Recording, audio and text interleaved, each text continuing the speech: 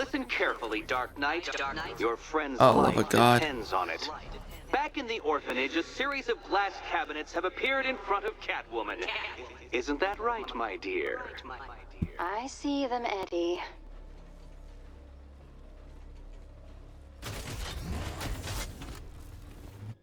Good. One of those cabinets, my dear, has your first key inside. The others, they contain less useful keys. Keys that will unlock the admittedly slight contents of your skull all over the orphanage walls. Your job, detective, is simple. Figure out which cabinet Catwoman must open. And don't get it wrong. So most of them will kill me. One of them won't. Great. I can do this.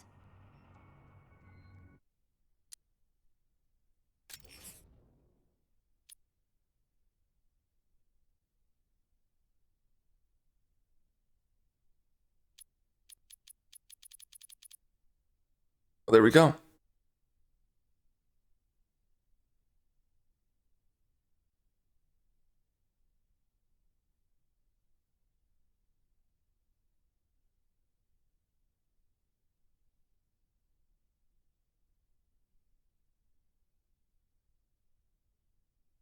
Yeah, you know what?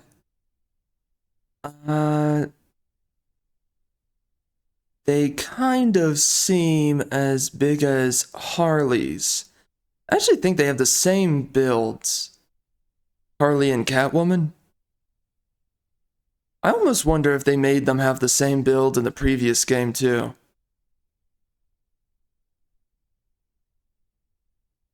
Okay, they may have. I'm starting to think they did. Wow. Jeez Louise.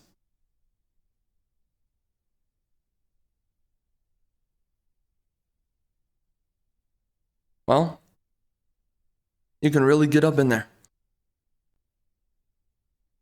What the heck? Oh, I thought that was a letter. Okay.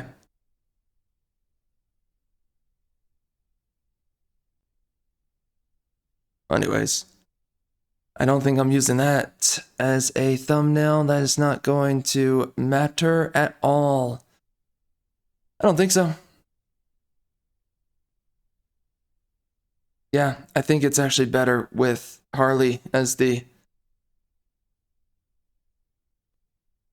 thumbnail.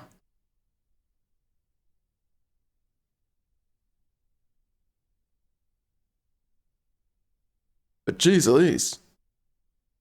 Look at that! For some reason there's tears in the suit. I guess that kind of makes sense. It's not like I can really be that confused.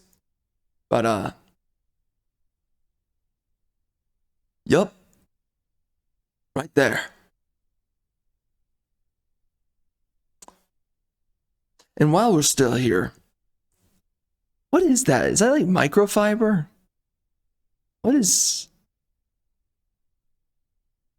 that, like a mesh? I guess it is.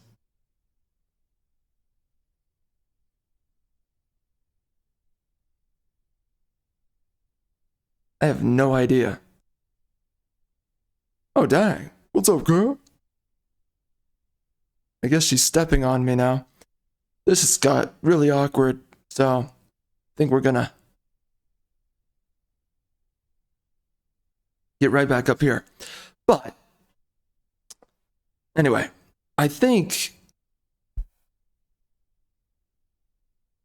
Wait, that's actually really weird.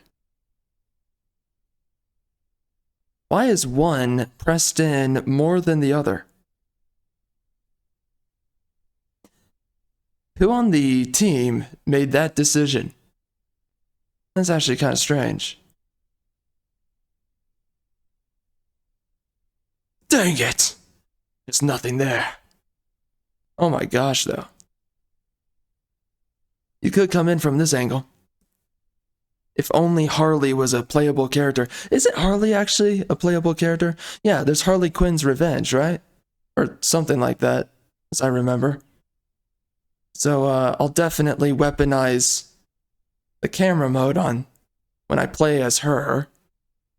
It is really unfortunate they don't let you play as Joker in this game. The only game that they allow you to play as him is Arkham Asylum. Yeah, that's the only one. And I do like his move set. Joker's attack set really is not that bad. Wow, look at that. Yep, right there. That is the perfect camera angle. Pretty much.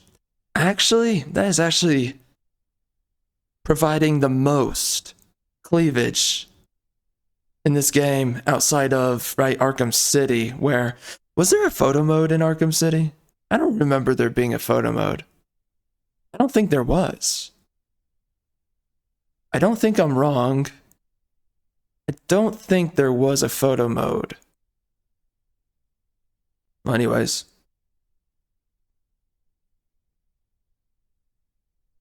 Is there a way? Hold on. Oh.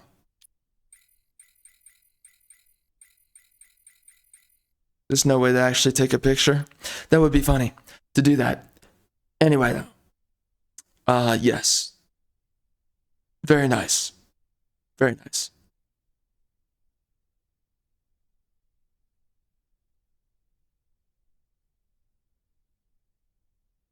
Yeah, geez, Elise. She is so freaking attractive.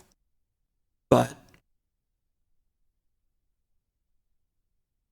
my gosh, dude. I love athletic builds. I'm just gonna be honest.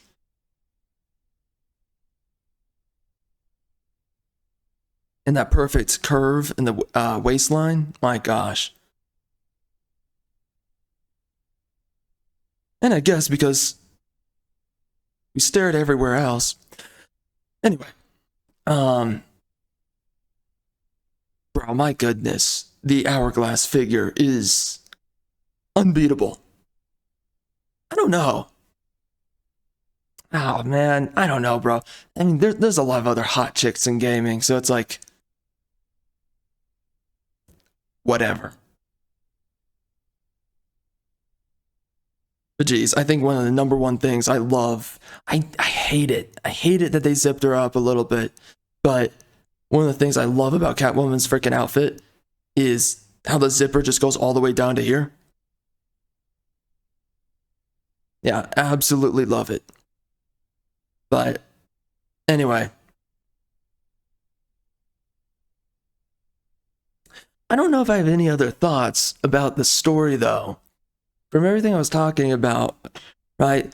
Again, I think it is important just to mention that it really does matter, though. Well, okay, no, that's not the right way to start the thought. I'm just sick and tired, though. I'm sick and tired that we keep on getting the same heroes, and they always have to have the same ethics. And really, when it comes down to it, man, is... well, again, I'm just so freaking sick and tired of how all of our characters, they have to have these egalitarian liberal ethics every single time. And you can't just have a male character, hero, who just gets the job done and just gets rid of, disposes the villain. I'm sick and tired of the fact that all of our heroes, they all have to have the same ethics. And again, that does not put them at... it doesn't compromise their values. It doesn't compromise what they believe in, or doesn't make them ethically compromised. Okay, here's the thing. Hold on. Okay, from side here. Okay, so that's how big her boobs are. So now I do wonder. Okay, so, okay. Here's what's gonna happen. When I play as Harley Quinn, I am gonna take... I mean, we already kind of got a close look. I just can't tell if Catwoman is larger or not. I think she is. I think hold on. I mean, They're decently large. Yeah, I would say they protrude quite a bit. I would say actually she is larger than Harley. Harley looks a little bit smaller. It's so tough, though. It's so tough to tell because Harley is a lot more pressed up because she's wearing a corset. I think that's what it's called. Than Catwoman. So...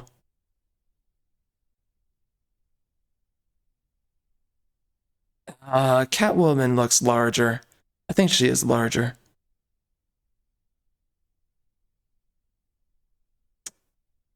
Yes, I believe she is. I don't know, because then you also got to put... They're really wide. They're big and they're wide. Holy crap. Compared to... Actually, make this the thumbnail. I'm not against it. I might do it.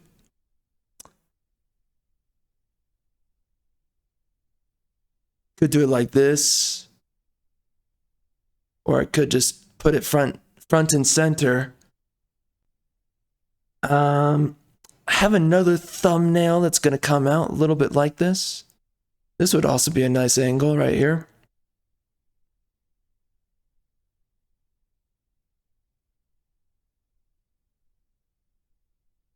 Yeah, right here. I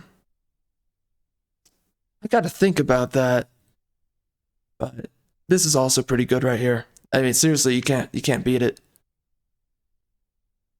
Why, I can't look at her face? Let me look at the biatch's face. Jeez. Well. Dear God, bro. She is so freaking attractive. Anyways, just making the point, again, very clear that I'm just sick and tired of the fact that all of our heroes, they have the same ethics, though. Because really, when it comes to... we are just at the point, though, where, right... Oh, God. I can't focus. Anyway. We're just at the point, though, where we keep on rewashing the same hero. And we act like a hero's archetype cannot be... Freaking, I'm getting distracted. I can't even stay... Oh, my gosh. What the frick? Anyway. I'm actually distracted, but I'm not going to budge. Anyway. I'm trying to get back on topic, but I'm making this more difficult on myself than I need to. There's many ways that you can articulate, though, the hero's archetype. And right now we're not doing that in our storytelling any longer. And I'm just so sick and tired of this. And you have no idea just how many stories I keep on picking up, and it's egalitarian. And the worse and worse it gets into egalitarianism, the more and more the man is just basically not a character. And it's the more that the women, they do anything that the man should be doing, they're the only ones willing to do it. Again, the only one that was willing to kill Master Sabaoth was not freaking Luke Skywalker, but Mara Jade. Mara Jade literally cucks out Luke. Because for some reason, Luke is such a freaking biatch boy that he can't kill the freaking Sith Lord. He has to sit there and be like, I believe in you. I believe that you can be a good guy and blah, blah, blah. And then Mara Jade takes the kill. Like, Mara Jade does the thing that the masculine character is supposed to be doing. And here we are. We have the woman being more of a man than the actual man. Yo, what the heck? Whoa. Holy. Hold up. Yo, I am not against that. This is an amazing angle. My gosh. Wait. Could I make this a thumbnail? Oh, God, help me. Freaking A. Oh my God, look at the thigh gap, bro. Holy. Jeez. Oh, you know what? I wonder if for the Arkham Asylum... Jeez Louise, that is an amazing angle. I wonder if for the Arkham Asylum review. If I should do, you know what? I'm actually thinking of it. I might do Poison Ivy as the thumbnail. I can see myself doing that. I can justify it. And then Catwoman is Arkham City, and then Harley Quinn can be Arkham Knight. I think I'm going to do it that way. Obviously, I could do... It just doesn't seem right to do Batman.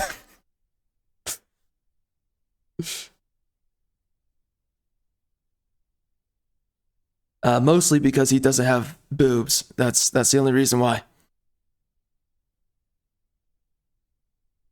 But anyway, I don't know what else I think about the story, because the whole segment with Joker, definitely a little bit existentially unnerving, that section of the game. And then everything that they're delivering though with Scarecrow and Batman relinquishing his identity though. It makes sense the way that they did it. Yeah. But again, think about it as an ending to a story. With the camera. It is interesting.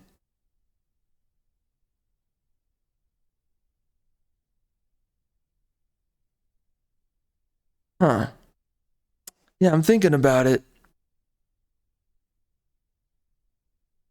I don't know if you really ever see, though, the exact fallout, though, of revealing Batman's identity in the story.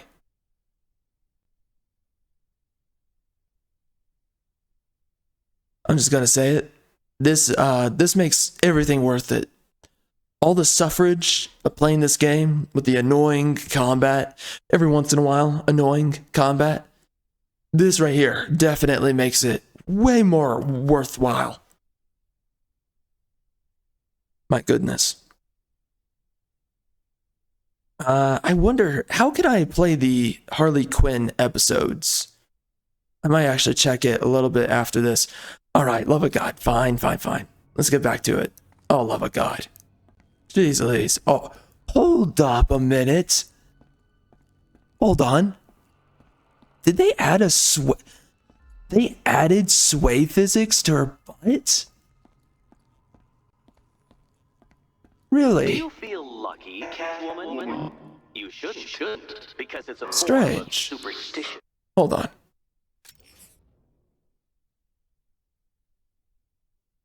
There's better lighting right here. Wait. It looks like the camera can go lower too for some reason.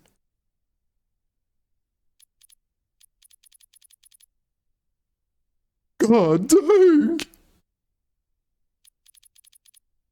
Was there a camera mode in the last game? I forget. Well, anyway. Frick. Love of God. This is unbelievable. Well, anyways, very good job to the character designer. Again, I'm not a... She still has a hot face. It's just... I really like her from Arkham City, bro. Yeah. She's still sexy, though. Superstition.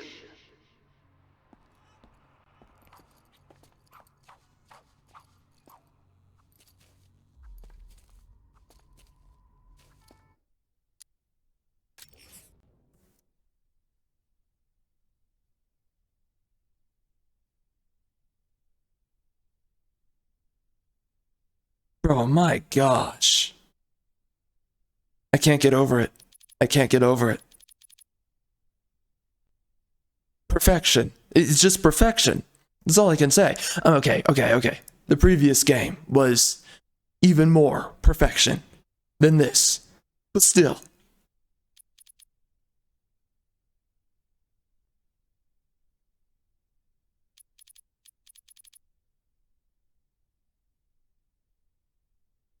My. Anyway.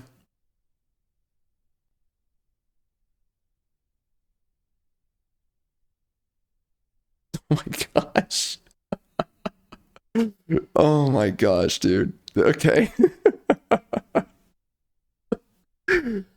Oh my gosh.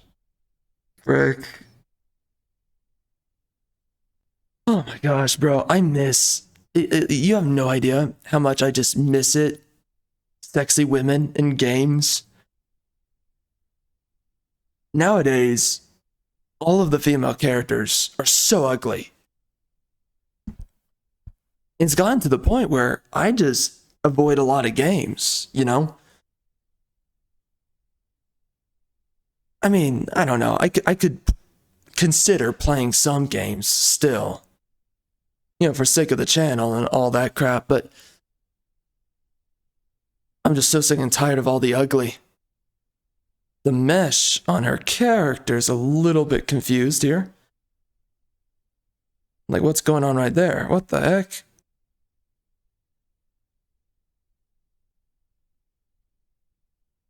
But goodness, bro, look at that.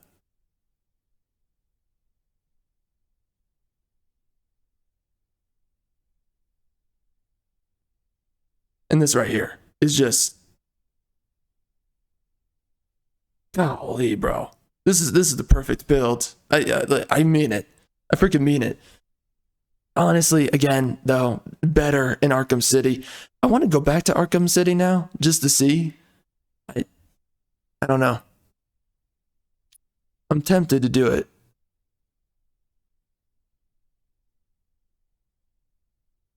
I want to cross-reference very badly now.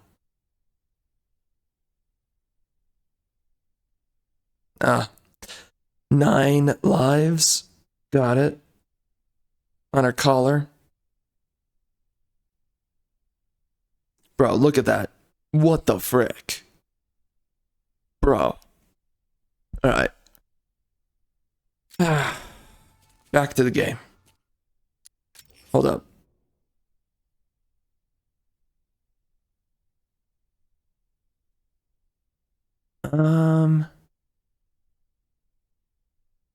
Yeah, again, though, they could be bigger. They were bigger in the last game. That's one of the things that pisses... Dang, that face. That's one of the things that pisses me off with this game, though, is... They definitely shrunk her boobs. I'm not happy about that. She still looks hot, obviously, but...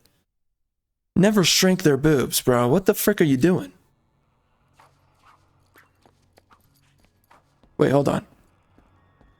Oh, they don't sway. They made the other women's boobs sway. That's weird. Okay.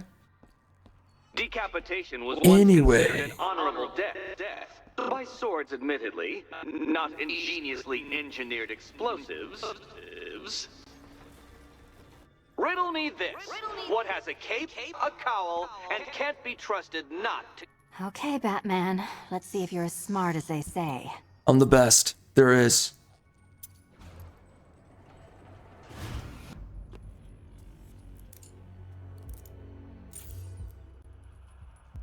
One down. Well done to the pair of you. That's the first key collected. Don't expect to be sinking your claws into too many more. Too many more.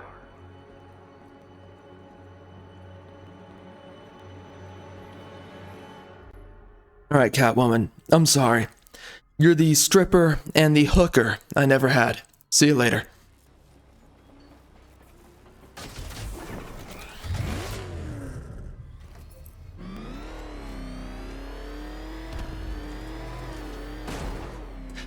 There are so many good things about this game, man. So many good things.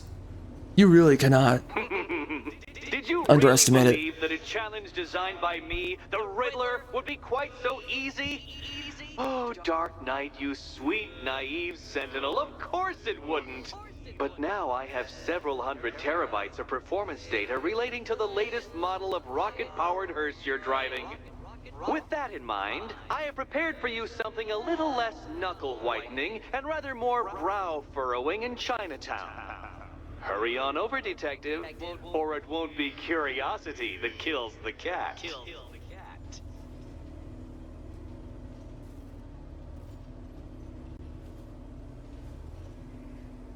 Wow, this is a very long elevator ride. What the heck?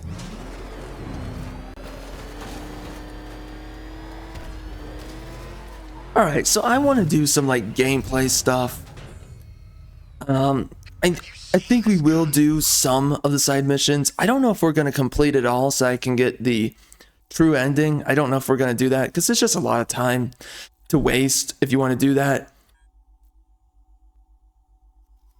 Did I ever check on this? I don't remember. I don't remember. There's a couple of things I'm willing to do. What is this?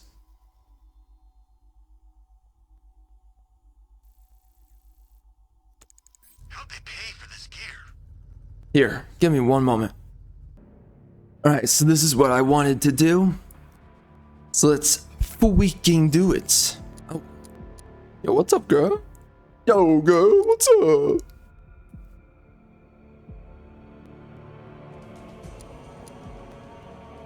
What's the story pack about? What, restart it? Should I restart it? I don't know. What are the AR challenges?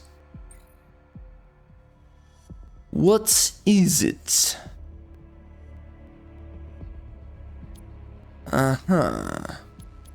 Oh, whoa, you can play all these guys? Oh. Azrael? You can play as Azrael. Ah. What about... I want to do stealth. Leaderboard is empty? Why is it empty? Alright, can I... How... frick. What? Combat? Predator? What's this?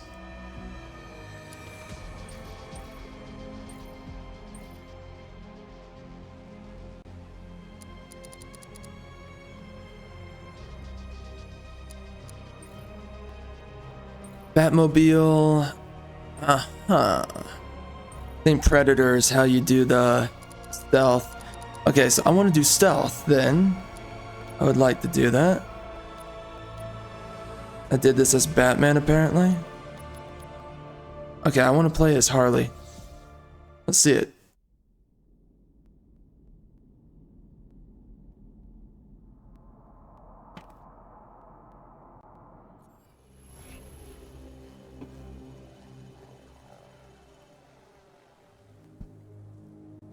This is better than my last posting. Better than your mother. Oof.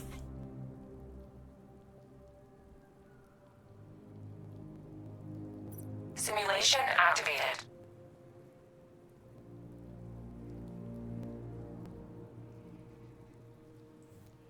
When this is over, I'm retiring. That's kind of weird.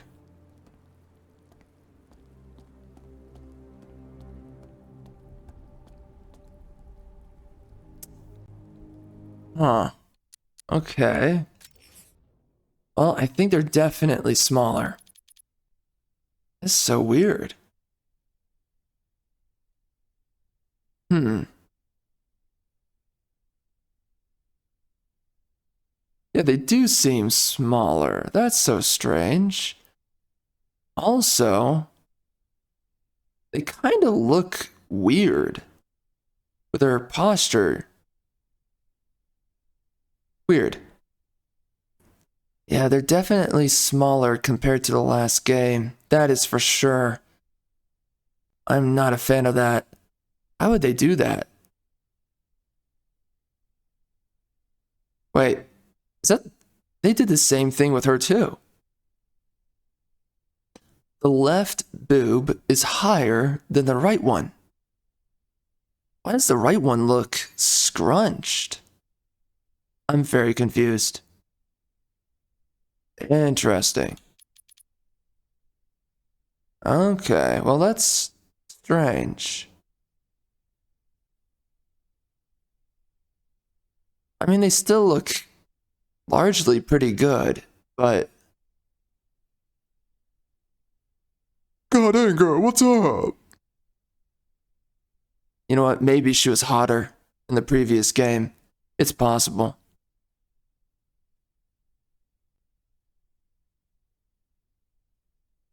Yeah, maybe. Yeah, so maybe all of the women were hotter in the last game. If the Harley Quinn from the last game was wearing this outfit though, I think this is the better outfit. But it does look like they nerfed her boob size. Yeah, they did. They did. That is upsetting. Wonder where I'd be now if the Arkham Knight had... Wait, hold on.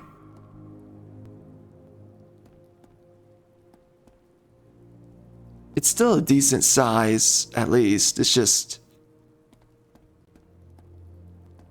I am forever disappointed. That's all. Well, anyway. Dude, her hands. That's funny. Alright. Wait, hold on. Oh my. Hello there.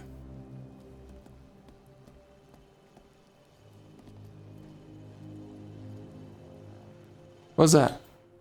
Oh, what the? Oh, that's interesting. Really? Man, I wish you could play as Joker in this game. What? Bro, this is your last game. Why not go out with a freaking bang, you know? Oh, that's cool.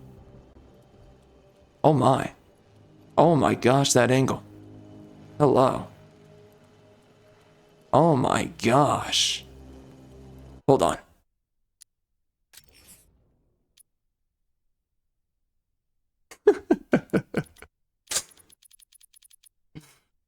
My gosh. I do like her face too in this game.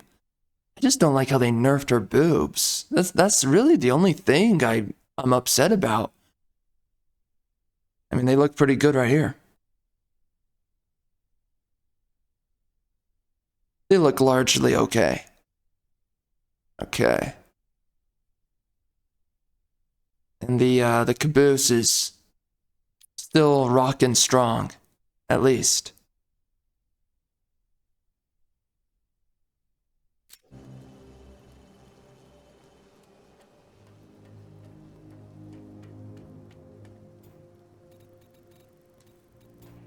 Does this work? What is this about? Stay sharp. Throw the trap. Where is this thing? Right there. Alright. So I throw the snare trap at them? Oh, what?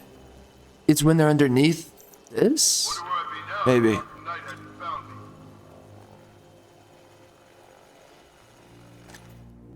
What's laughing gas? Let's just test it out. No idea what it's gonna do or anything.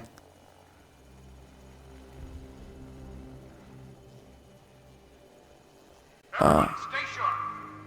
Let's toss it over there.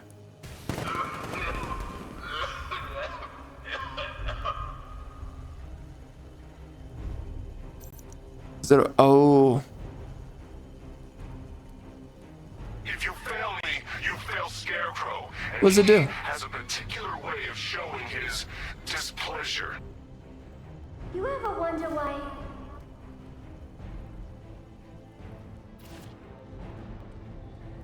It's too quiet. Report! I'm okay. Yeah, me too. Yeah, all good. Nothing here.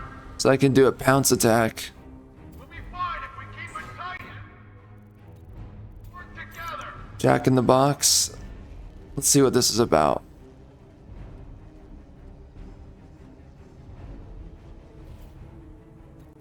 This is better than my last posting. The hell was that? Oh, really? So it snares him. You ain't seen nothing yet. Fail Scarecrow, and he has a particular way of showing his displeasure. Stay alert, everyone. Uh-huh. Oh, she jumps. Uh-huh. How do I go up? I can't. Oh, that sucks. Okay. That's unfortunate. If you fail me, you fail Scarecrow, and he has a particular way of showing his Oh, displeasure. shoot. I don't need to take this from you no more. Get back in your box, Harleen, and stay there. Best thing Mr. J ever did was put you away.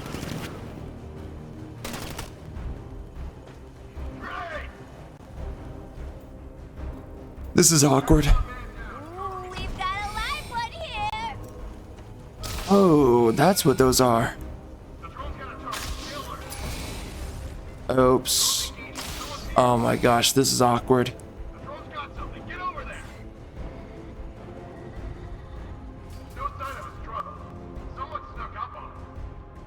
She can only do loud takedowns, I think.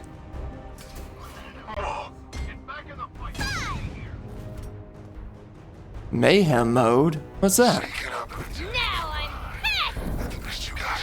It's okay. Buddy up.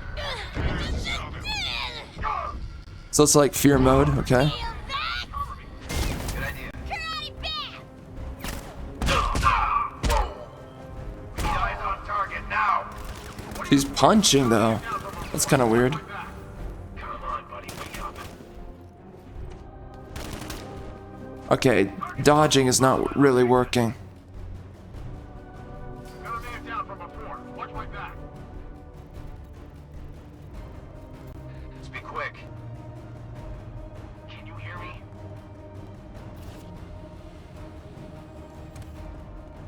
Can I put this here? Oh, my Joker would love this.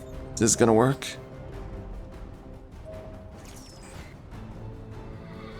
What was that?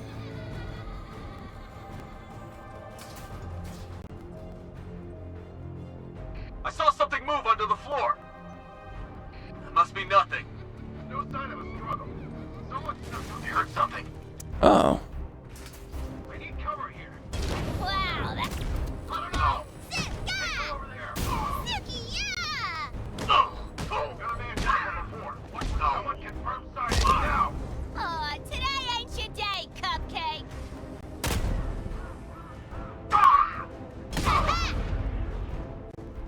You're gonna get it. Bam!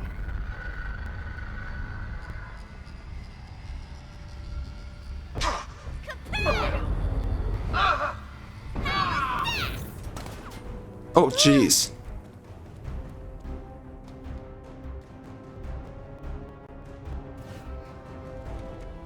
Show me courage, not fear. Oh, shoot. That's not good. Uh-oh. Think you can hide from me, do ya?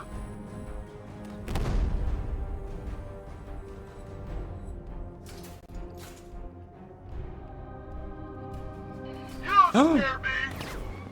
You can't run from me.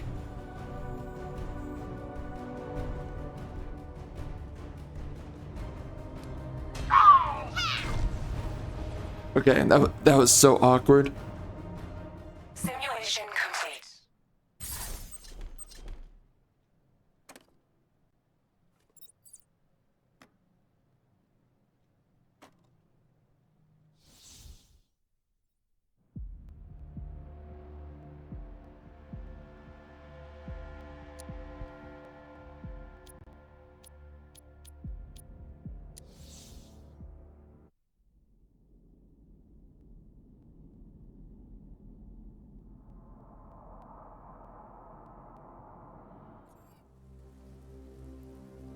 So Harley does not stealth. She just does loud takedowns. The war zone's nicer than this city. Simulation activated.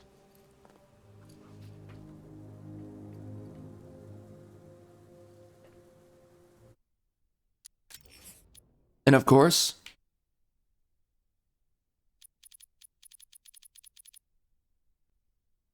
gotta make sure that we're very analytical about this.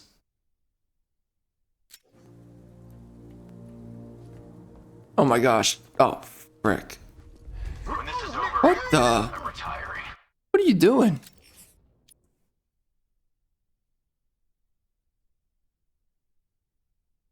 Is the idea supposed to be that she's smothering him?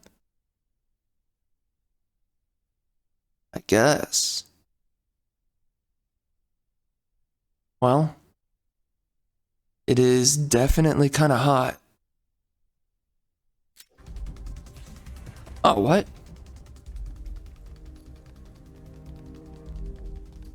She even kisses. Okay. She kisses the freaking dude. Definitely a hoe. Good for you. Alright, can I get out of here? Please?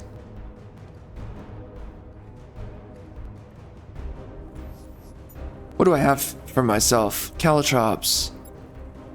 And this... a whip.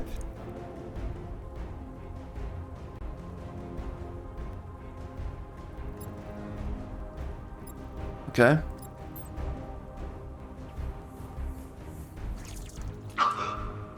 Lol. Sir, search slow and careful now.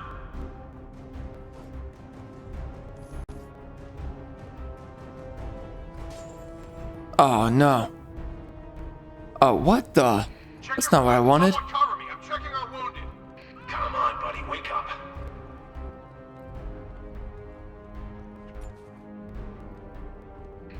Watch my back while I fix Oh, I him up. could have. You need to wake up. What was that? I'm coming for you, freak! Target lost. Spread out. I'm gonna check for casualties.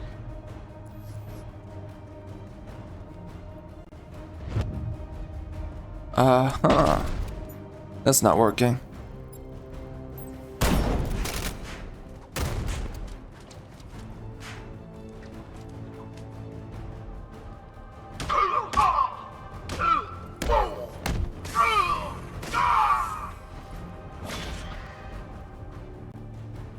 That is not it. Simulation complete.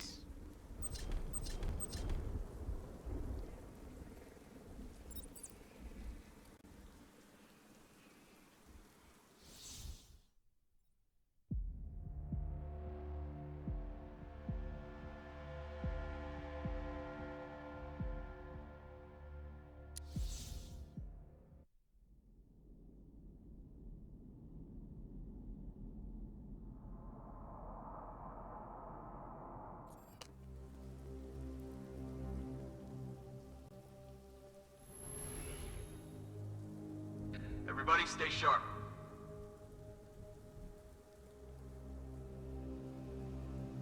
Simulation activated.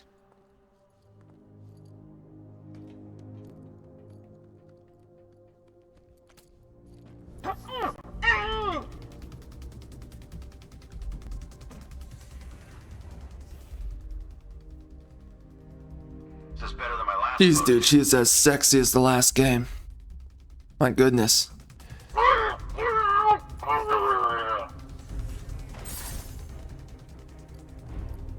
Don't really get why she kisses them, but whatever.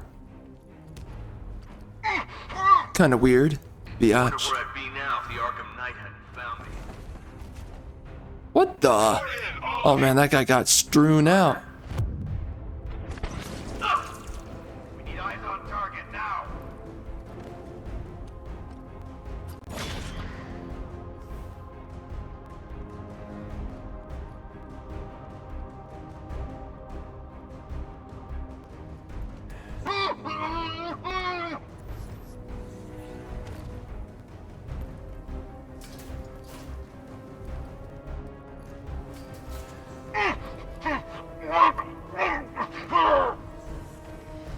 Bro, all of her positions are just freaking sexy. Simulation My complete. goodness.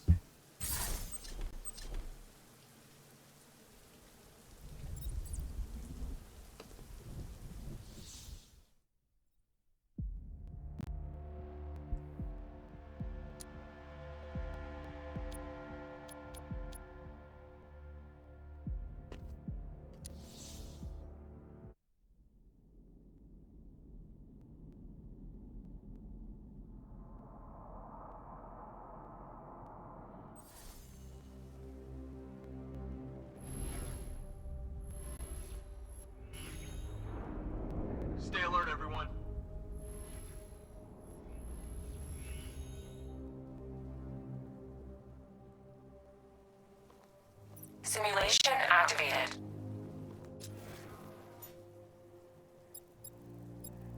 Oh, he has a batarang? Okay, freeze blast, explosive gel. So he's basically Batman. Okay, interesting. Wait, what happens if I... Oh. I guess, he flies with spirit, I guess. There's really nothing else propelling him.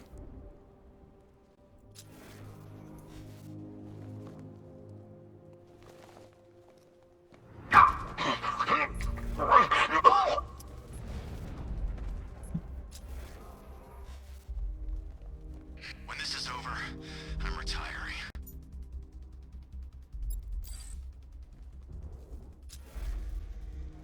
I'm picking up the signal again. Signal's gone. Frick. Alright, we're gonna try it. We're gonna yeet. This is better than my last Oh. Well, that's what I wanted to do, and was not allowing me. Alright, can I take him out? Oh, whoa. Dang, that is... interesting. Everybody, stay sharp.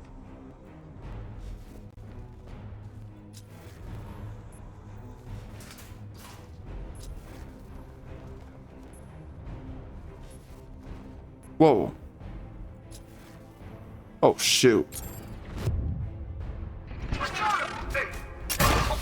Awkward. Absolutely awkward.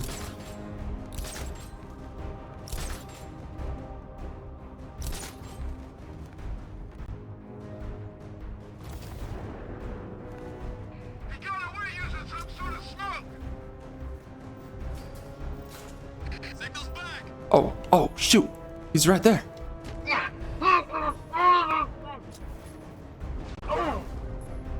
it.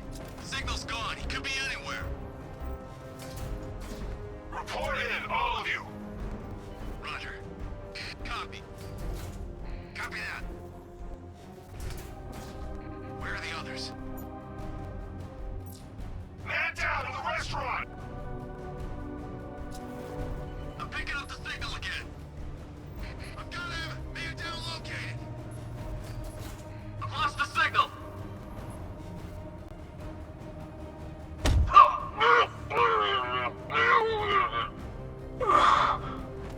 Good.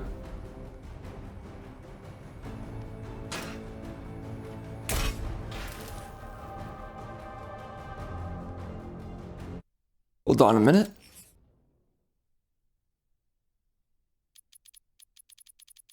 Little bit blurry. Nothing we can do for him. We spread out. Ah, what am I doing? Target's moving. I need help here. That was stupid. I should have been checking.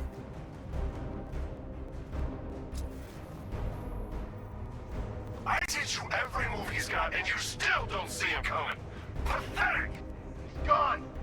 Can't keep up with this. Let's see if the guy he took out is okay. I'll cover you.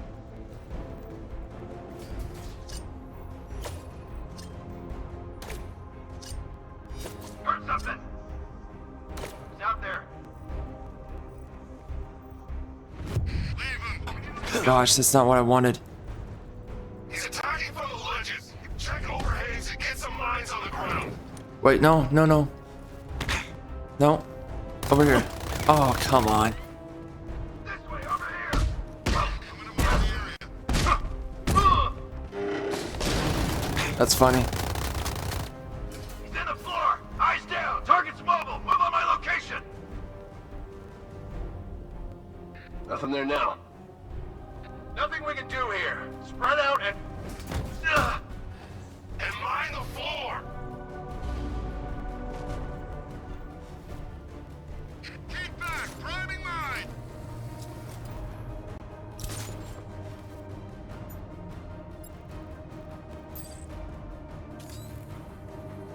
Priming mine. He's really prepping over here. Why am I gonna go back over there?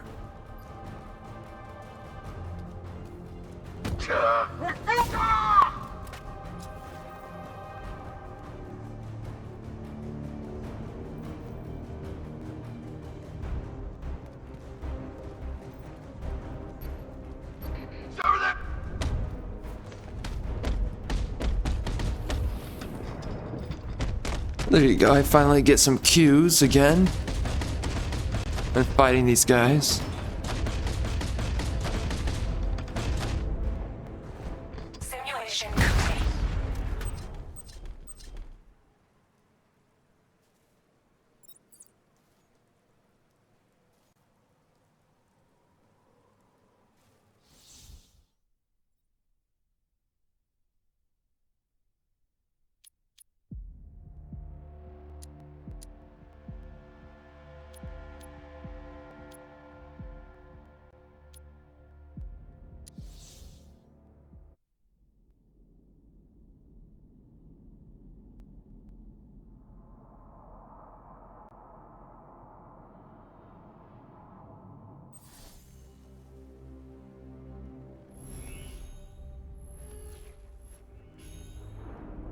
When this is over, I'm retiring. I feel that. You definitely should. Wait, we're doing the same one. I thought this was a different one. Simulation activated. Oh my gosh.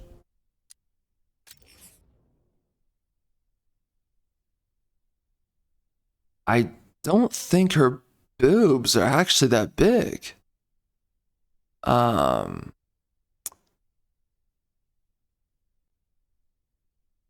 Well, they make Batgirl look a lot hotter than what Barbara Gordon looks like. Are we sure that's Barbara Gordon?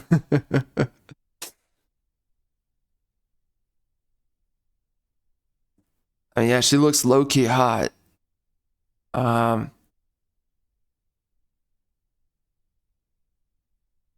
mean, her boobs are kind of weird, but not really sure what's going on there. I'm a little bit confused, but okay. Whatever.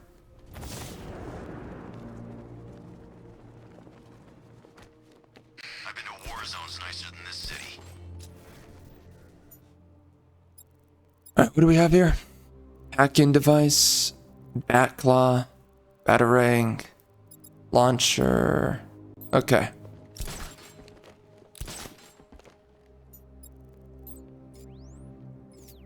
Well, see ya. Oh, what?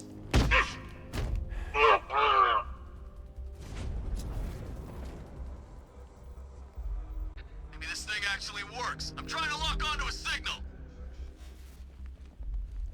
Signal's gone. Damn it.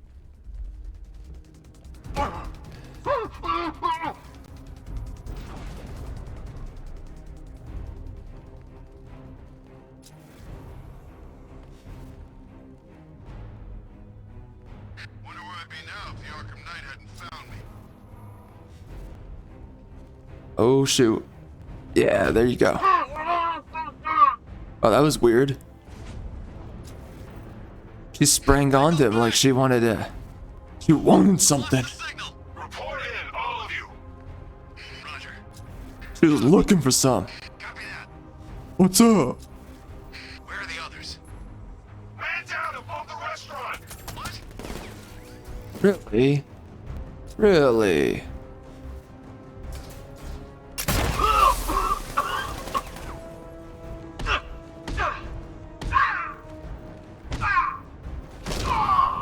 Okay. See ya. I forgot that the turret was there. I'll go screw myself. Real quick. Break time.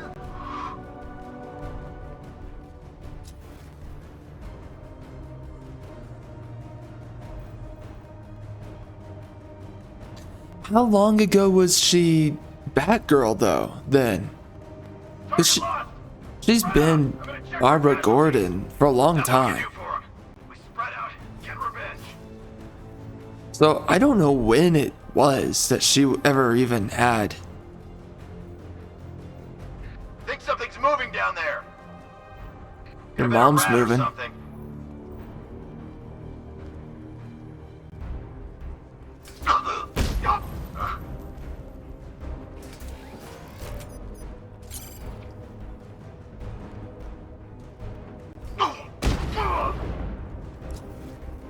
Simulation complete. Alright, that was awkward. What's up, girl? Hey. You're looking good today.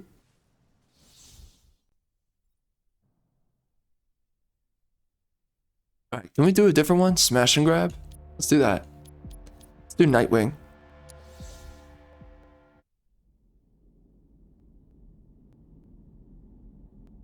And then I want to try Jason Todd.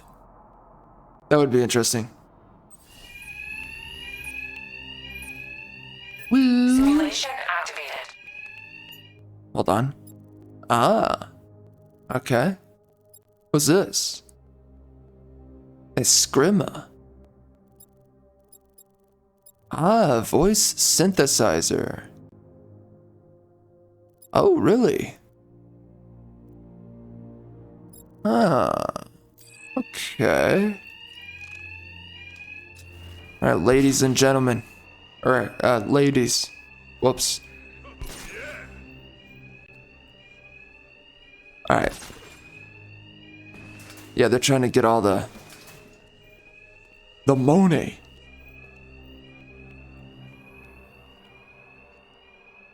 We're gonna be millionaires. Hold up, hold up, hold up, hold up. Oh, come on. Oh, shoot. Wait. Oh, frick.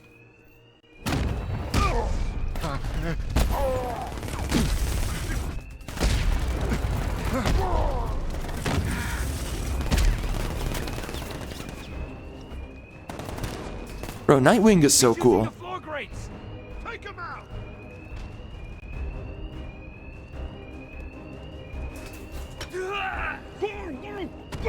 See ya. I see him. He's using the floor grate. Take them out. Oh, what? Awkward. He's using the floor grate. Take them out.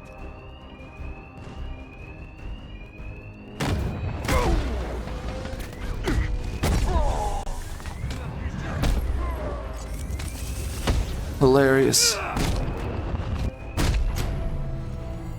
Simulation Wow. complete. Interesting. That's not the first time I've gotten a stiffy.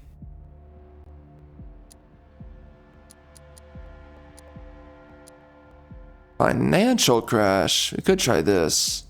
Or, nah, let's do this. And let's do Robin. And then we'll do Jason.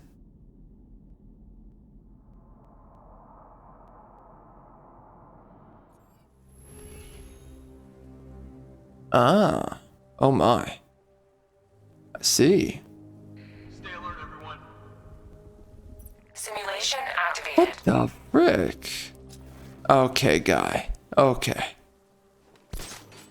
Cute. Very cute. Snap flash.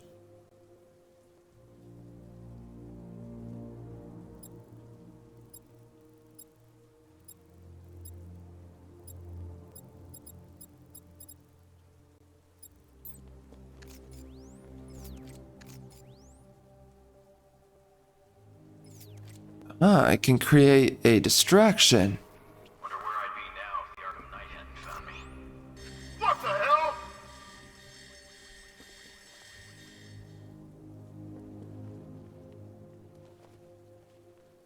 Remember your training, gentlemen. We're a step ahead of them. Now keep it that way.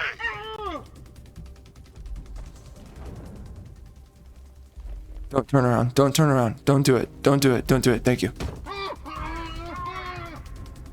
Nothing over here.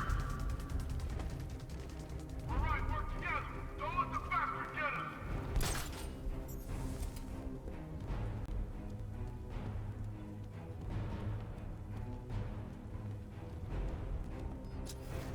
What's jamming me? I've got a signal. Surveillance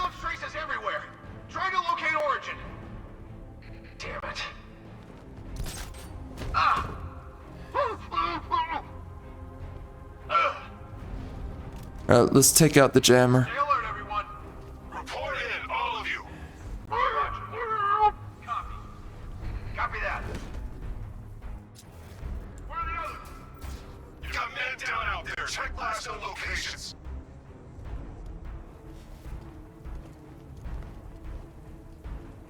Oh, this guy's coming in. Uh-oh. Get over here. Man down located. There's multiples. I want to take them down with fear.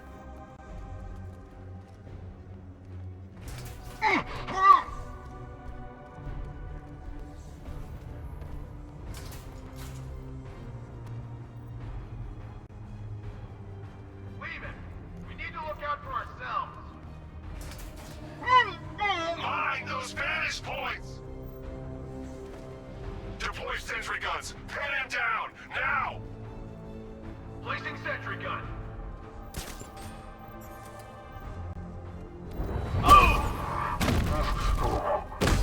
Lol.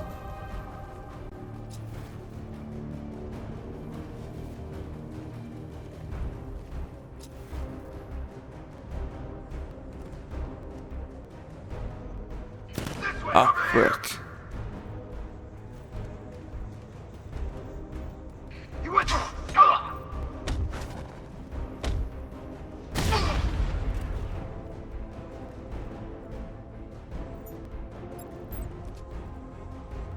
You're gonna have to sleep it off.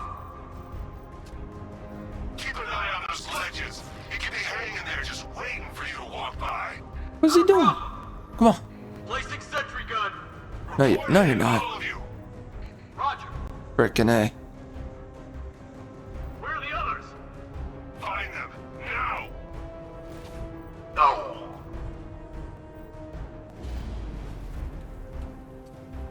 Man, that was a quick choke out. That guy went out like super fast.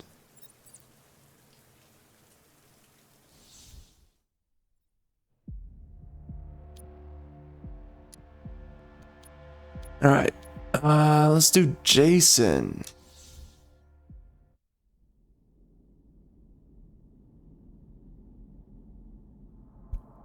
My body is ready for all of this. Ah. Zip kick, dual handguns, and flashbang grenade. Simulation activated. Pew. Pew. Pew. Did I just do it? Nah. Let's not do that.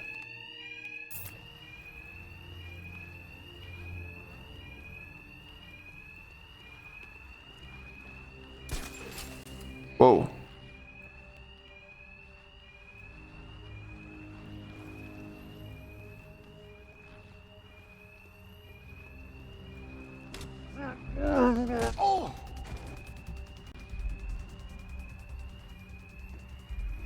Another manpower found them! Over here! See ya.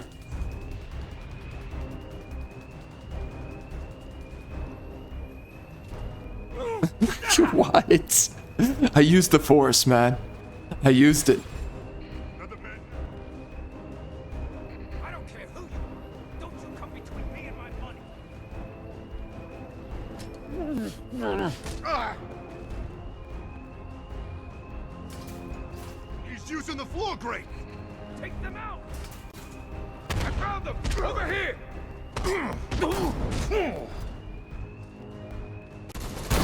What the? What the?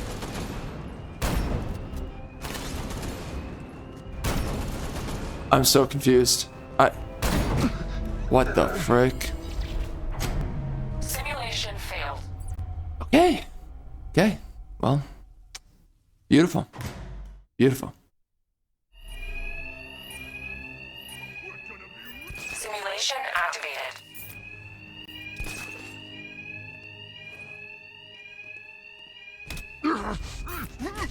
Alright, so we're gonna take this guy down.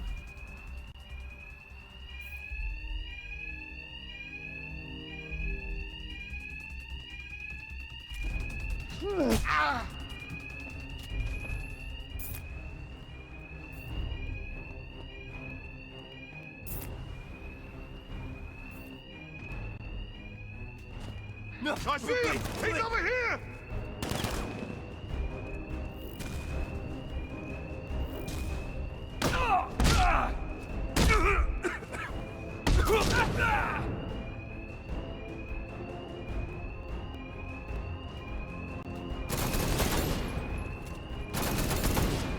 That's hilarious.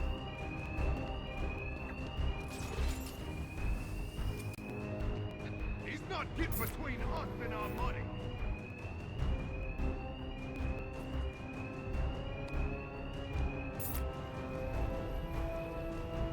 Oh, shoot.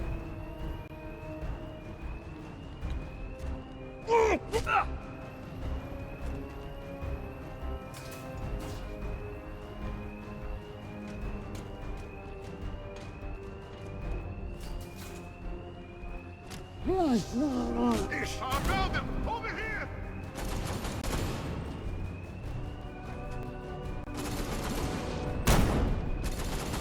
Come on now.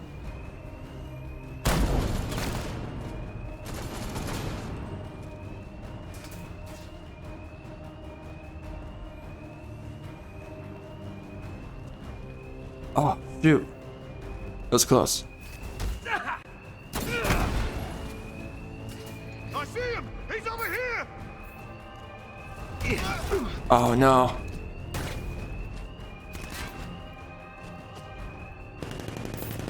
Gone! He went over there!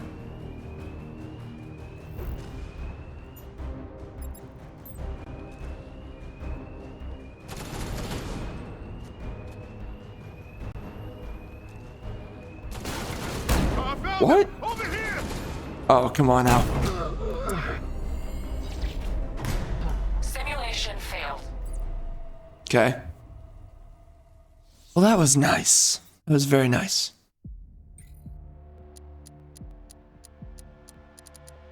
Alright, so which one of these was made for my boy? None of them. Okay. Nice. Alright, let's do Red Hood.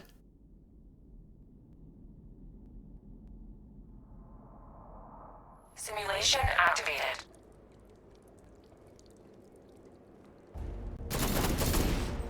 It's gonna hurt, freak.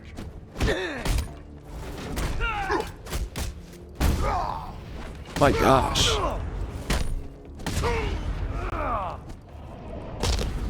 Easy.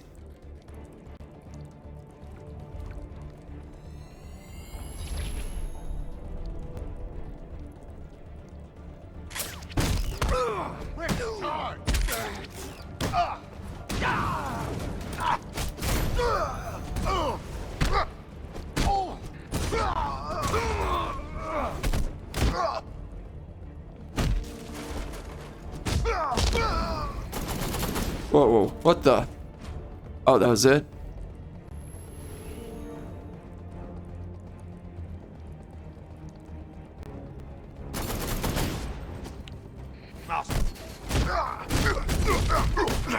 Uh-oh.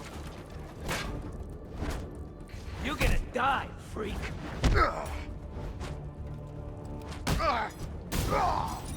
Your mommy won't recognize you when I'm done. Whew. That's crazy. That all you got?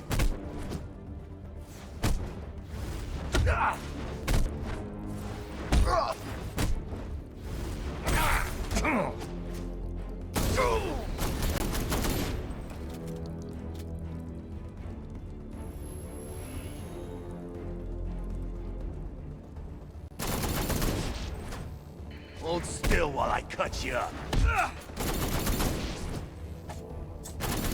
Firepower. Uh-huh.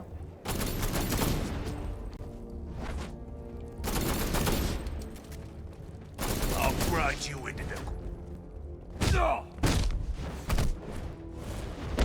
Your mother...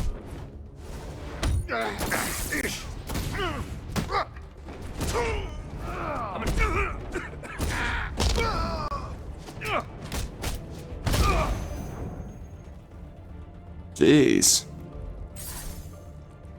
Freaking intense. Simulation complete.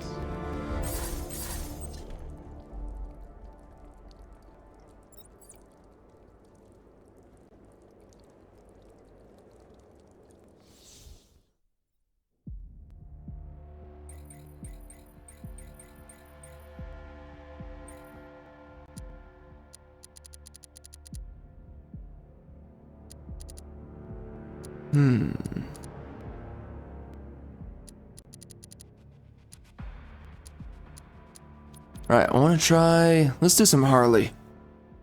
Let's see what she's like.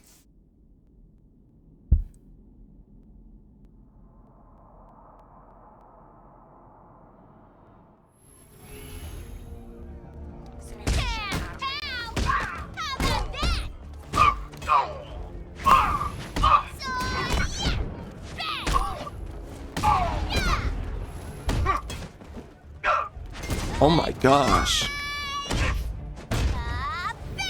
It doesn't really make any sense that she would use her fist, though. Her bat is a replacement for a fist.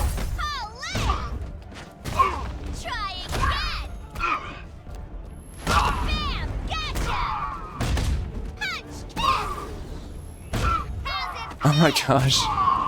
Bro, the game is so much easier when the game's telling you what's going on.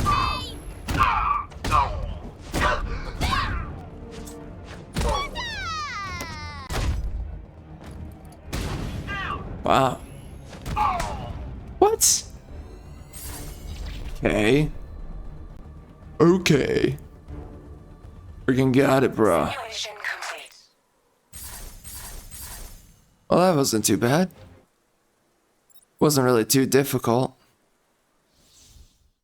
Alright, are there better ones than this? Let's do this. I have no idea what tower defense means. Here we go.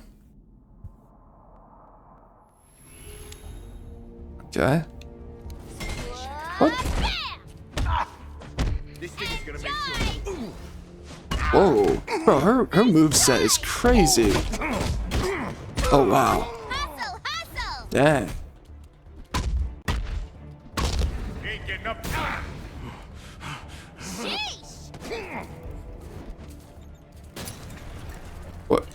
Wait. Listen to the happy music! Oh, doodle, pa! What is that? Really? Chip!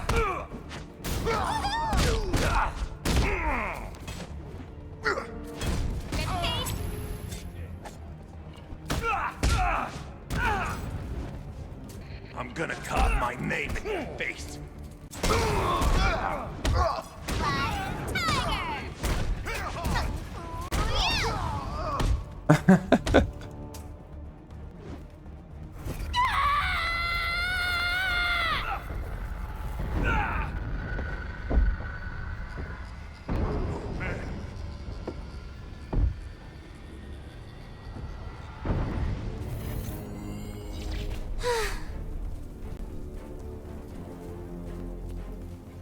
Simulation complete.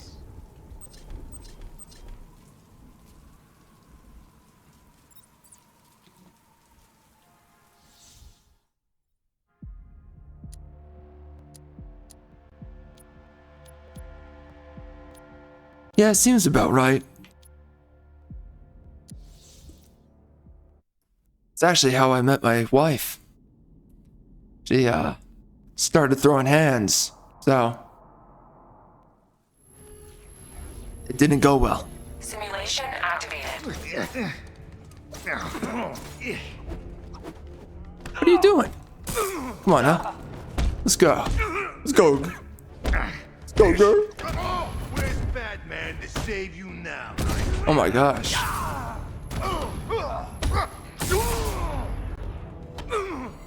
Simulation Was it? complete. That was it.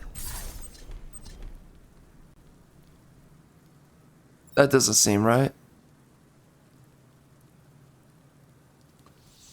Okay, let's try that again. Or not. Screw it. I don't want to do it again.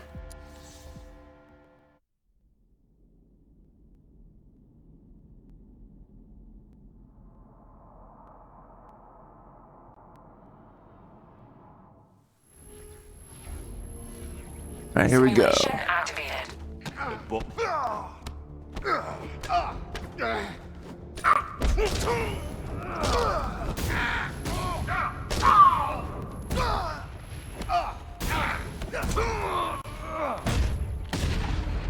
Getting up from that.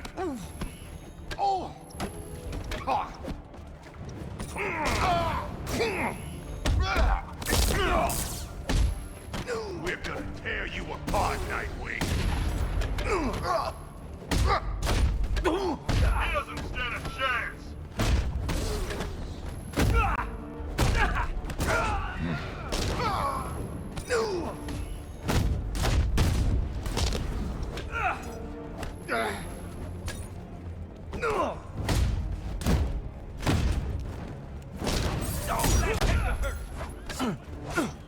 Oh, I'll take your ride. dude, I was doing the thing. What? Please, come on, game. I don't get it, dude. Why does it never work?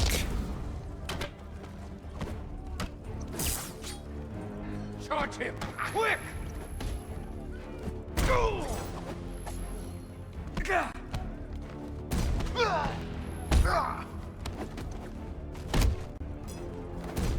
Damn, that had to hurt.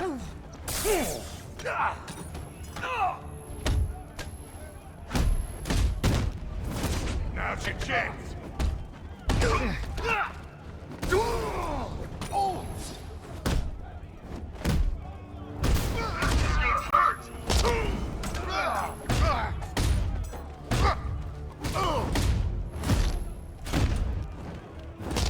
Jeez, he messed him up good.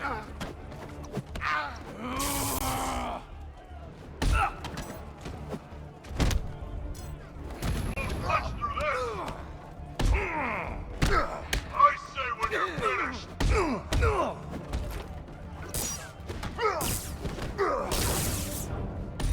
Cut you a new one. Rest the pretty boy. Ow. We're gonna hurt you, Nightwing. What the? That had her. Really? Nightwing's open. Charge.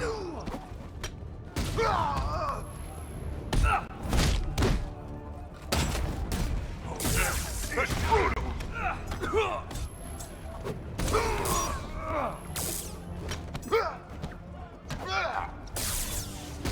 I heard the bones.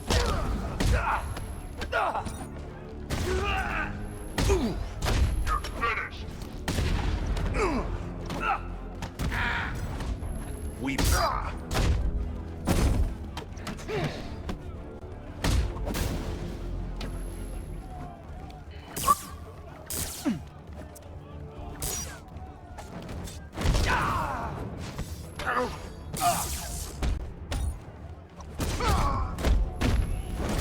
You messed him up good. What the? What? Get him. Yeah, that is one of the most frustrating mechanics in the game.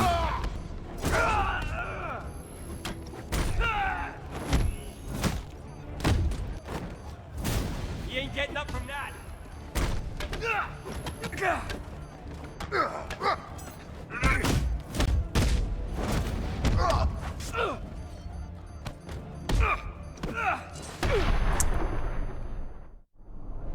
Will Frick.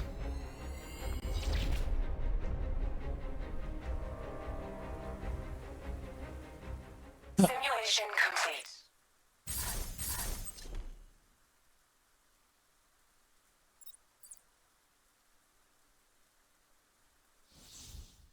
All right, so let's try Azrael.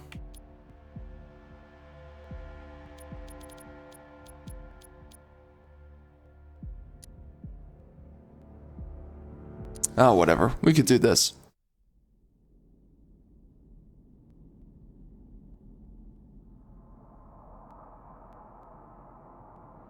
Oh, it's the mechanical robots.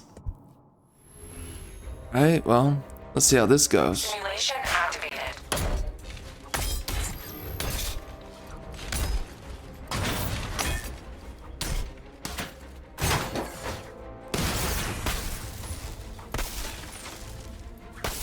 Really?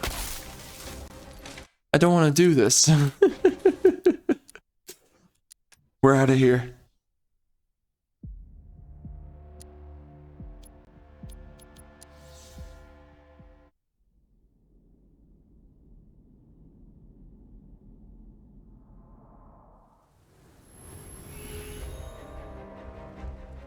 Simulation activated.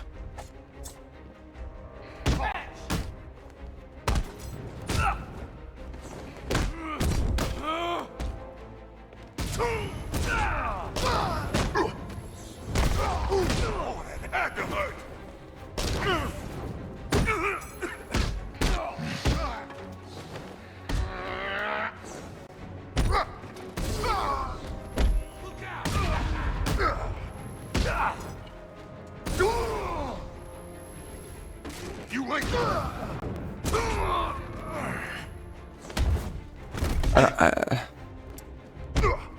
Do I not have my upgrades on these guys? I don't know. A little bit frustrated. What? Your face will be dust.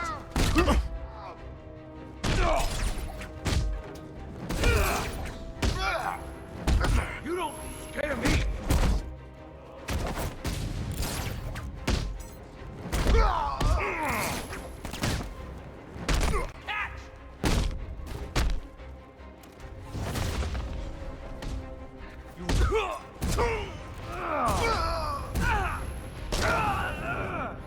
I'll smash your bones to pieces.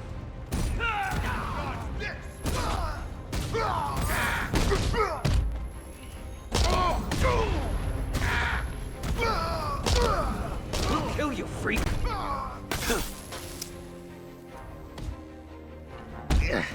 Go on, charge!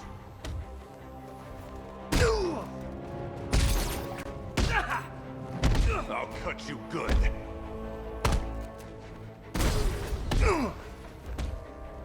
Coming through.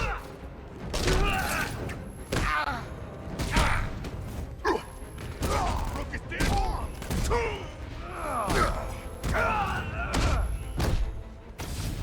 I'll cut you up, freak.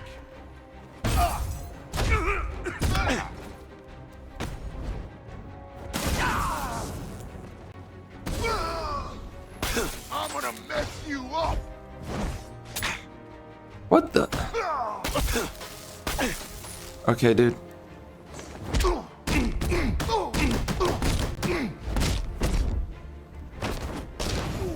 getting up for that.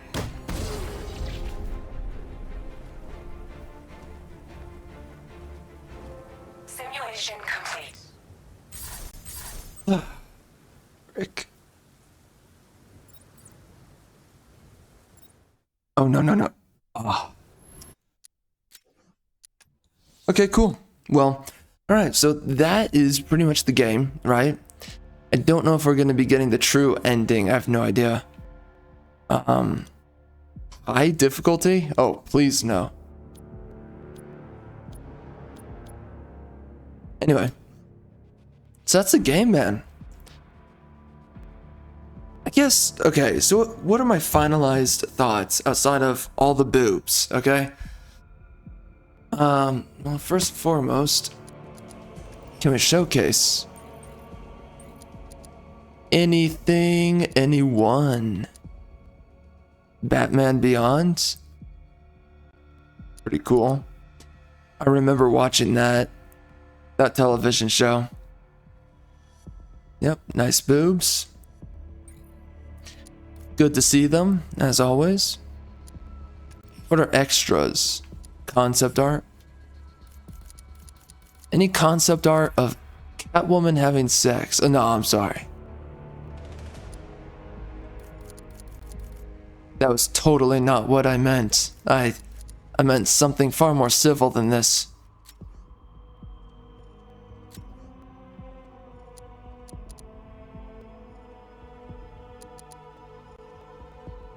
Well, anyways, so what do I think about the story? I think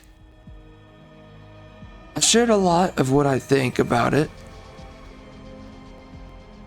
It's really hard to find my exact thoughts because I don't really know exactly what I do think.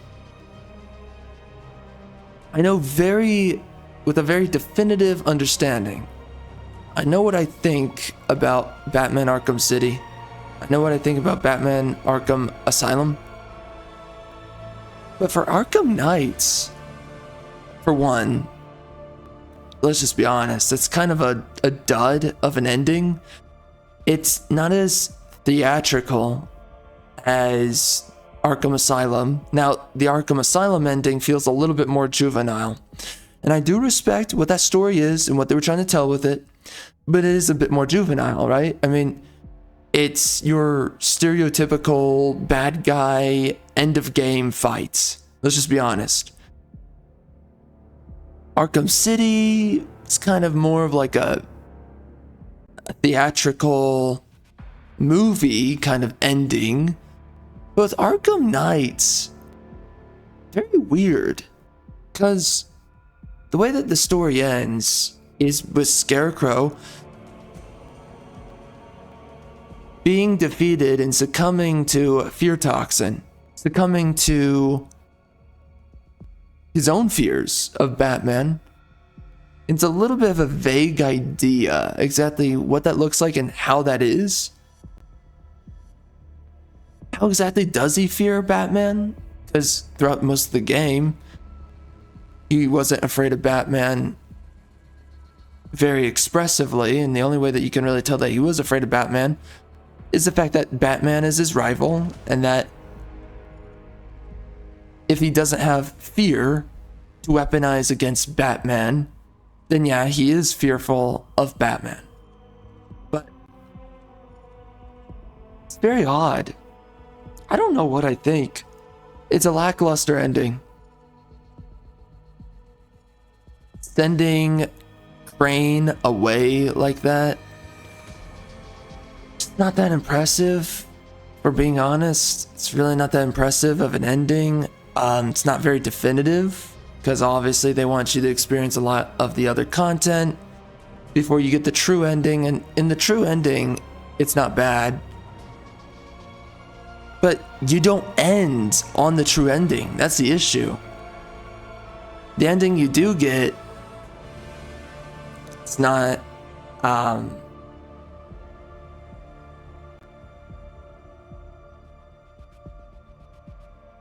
think the location too, it's not a location that you're very familiar with, where you send Scarecrow through the elevator. It doesn't really work. The location is a little bit off. You never go to that location until the end of the game where that elevator is. So that doesn't really work that well either.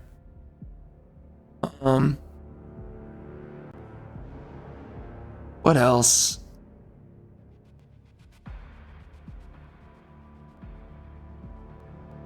They could have chosen a better location, I think, for sending away Crane, if I'm being honest, like throwing him into a cell or something like that.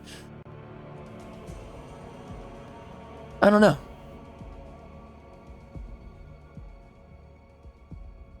But man, finishing this game is like end of an era, right? Great games. The Arkham games are just legendary. This game's legendary in a lot of its own ways. The narrative here and there, though, does fall apart. The Jason Todd storyline was kind of weak. Let's just be honest about it. This game, honestly, Arkham Asylum and City were character-driven narratives. Not so much on theme or symbolism. This game was heavily theme-based and symbolism-based. They were really going for the ideas with the story rather than the characters. Even Catwoman, even Riddler, the characters really are not that... I'm gonna be honest, I can't even really define it.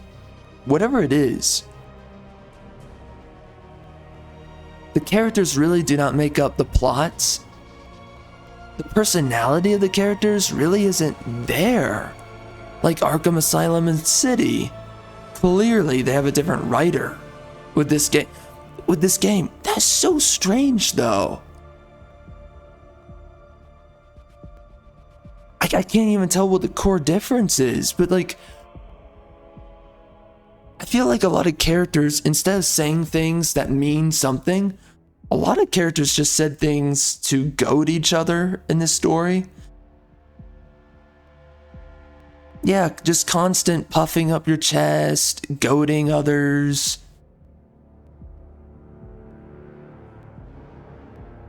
That's what I kept on noticing, and that's what's really so weird about this game's story, is that something about the characters is not as memorable as the other games. So they went for themes with this game, but it happened to be that they sacrificed the characters. The characters are a little bit weak in this game. It's very strange for me to say that. I don't even know how that's true.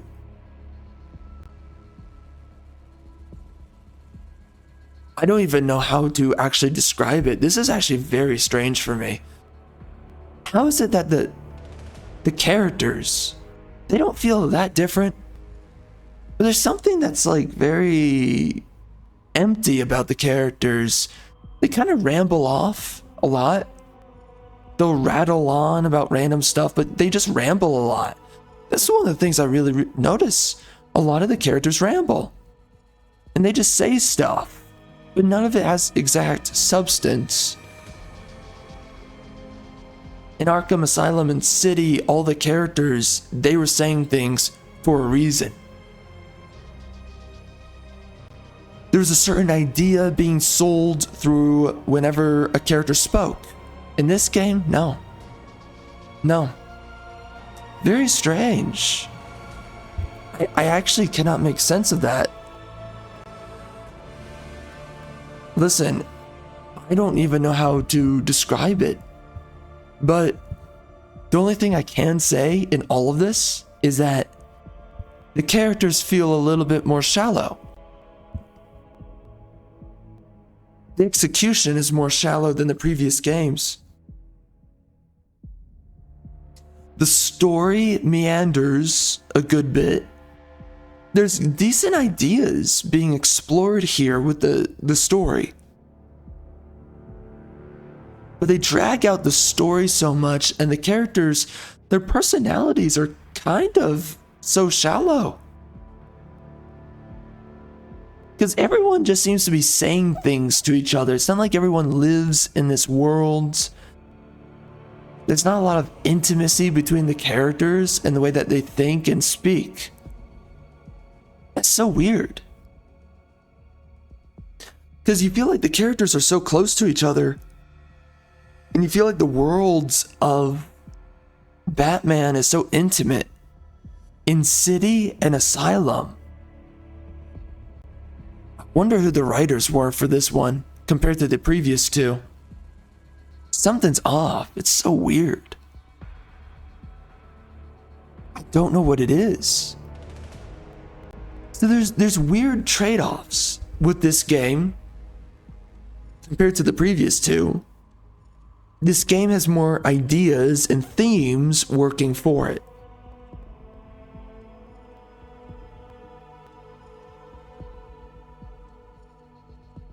Yeah, but I think the story is not as cohesive, and that's just because of how much gameplay, how much redundancy is put into the narrative for whatever reason. How many times we end up in the same locations to do menial tasks before we run off and do something else. Think about that. It's really weird.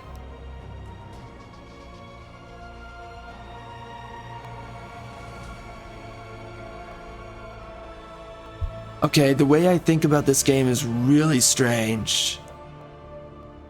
Wow. Yo, dude, it's really weird.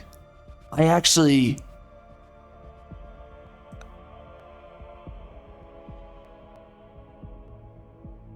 Okay. There's something weird about this game. I know I've given all my in-depth criticisms, and there's plenty of things that I've liked about the game, and I think I've mentioned those enough. I like the dark storyline. I like how they're not too afraid to go dark with the story. Whoops. There's something so strange that I can't put my finger on it. What is it? There's something about the personality of this game and its characters. The characters feel like the characters feel like, as I talk, I want to look at this. The characters feel like, yes, I really like Catwoman's boobs, by the way. Yes. The characters feel like caricatures of themselves.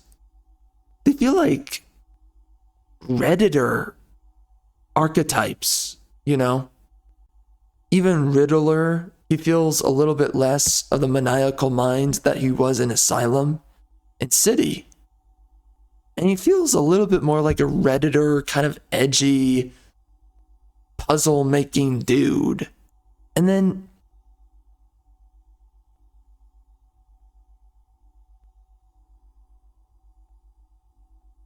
even if some of these characters are not Redditors, it feels like the writer was a Redditor. Making this game and making these characters, there's something weird where I feel like the over characterization and like, leaning too heavily into archetypes too. I noticed that with this game. These characters are more image than they are personalities or individuals. You know, over here, Jim is basically, right, he's the stern, daddy's gonna go save his baby girl, whatever kind of archetype. It's this oversimplistic way of looking at personalities, character, people in the world. A lot of these characters are very one note. They're very simplistic on the surface. There's not a lot going on with them or their psychology. In Arkham Asylum, everyone has a very explicit psychology. Each criminal has a very explicit psychology. Everybody has a flavor, a personality you don't see in this game. Catwoman and her flirtatiousness is different than in this game. This game, she feels a little bit more one note, you know? Poison Ivy seems a little bit flat as a character as well. Again, one-dimensional. I mean, Vicky Vale's not much of a character in this game. Arkham Knight is a very one-note villain. There's not a lot going on with him. He's just like, oh, I'm against you, old man. So he's just edgy teenager, the character. Like, think about it. The archetypes to each of these characters does not inform the personality to each character, but rather they're archetypes, the archetypes of each character.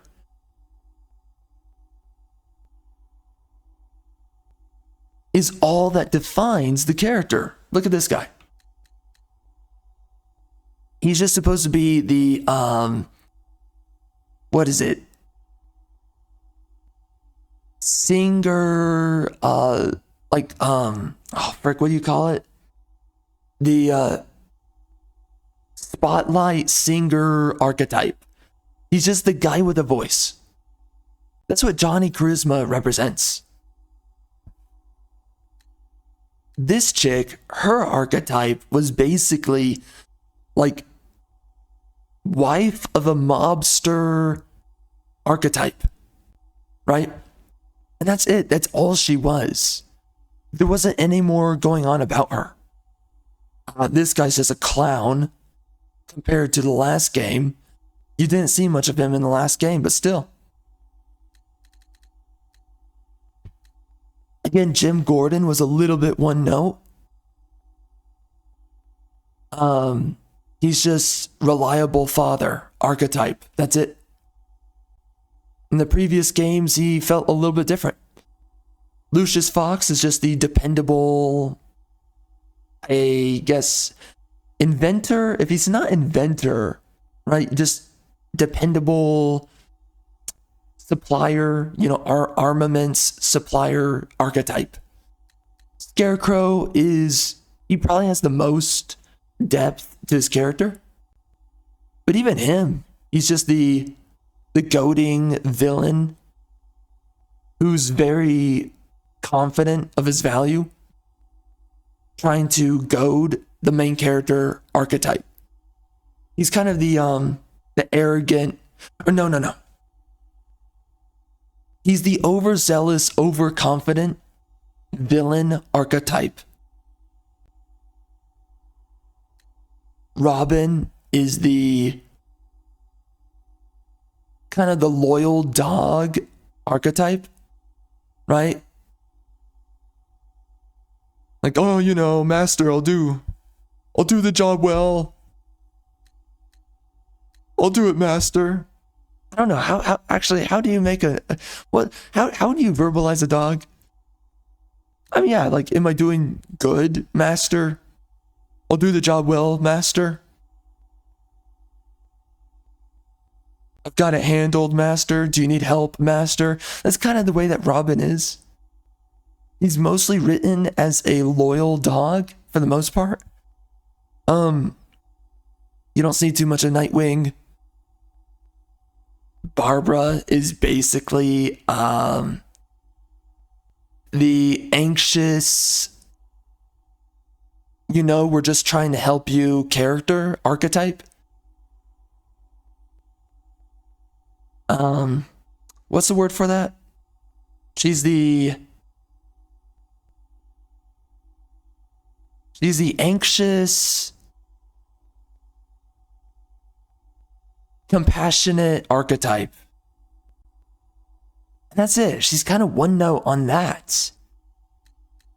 I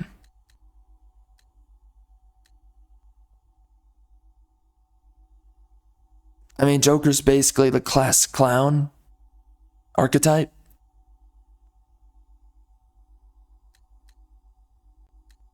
Alfred is the dutiful steward archetype.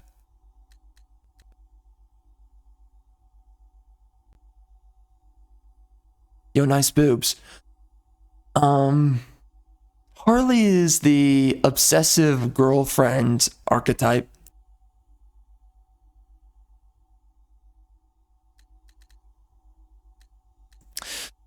And Catwoman, again, she's like, she's just this kind of, what is it?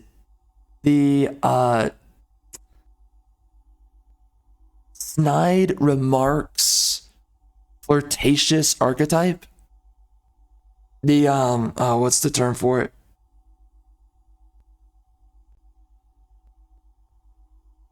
The playing too hard to get archetype. It's pretty much Catwoman in this game.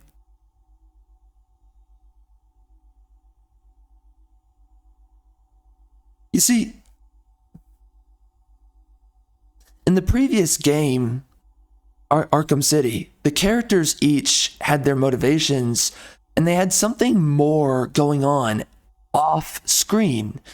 Talia al Ghul, right? She cares about her father and his wish for another crusade, basically, is what he's looking for. He wants to bring back kind of like a religious pursuit back into the world. Catwoman is out for herself. She just wants to get her things, but she's still flirty with Batman. And she still kind of thinks about like a romantic development with Batman despite playing hard to get. There's something more going on in her mind about Batman and other characters surrounding her than the scene that you're in. So she has like goals and plans. She wants to move out of the city, right? Like she has all these things going on outside of just the plot that she cares about.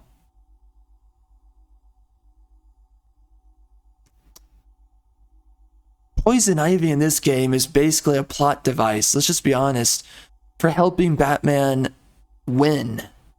And she kind of just helps whoever because plants are in trouble.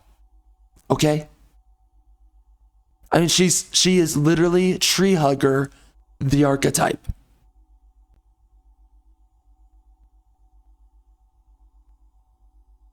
But see, these characters, their archetypes do not inform a personality and motivations to that personality, right?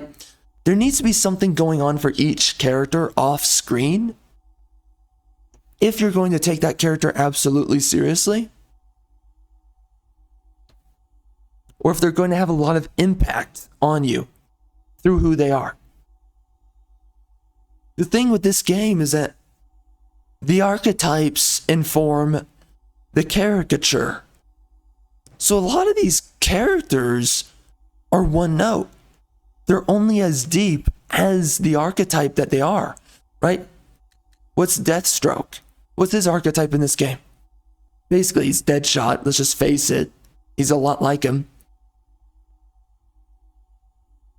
But his whole archetype is, I'm the hired guy for a job with a grudge.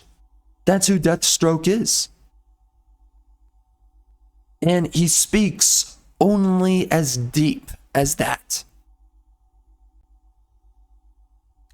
When you're going through Arkham Asylum and City, the characters have more going on.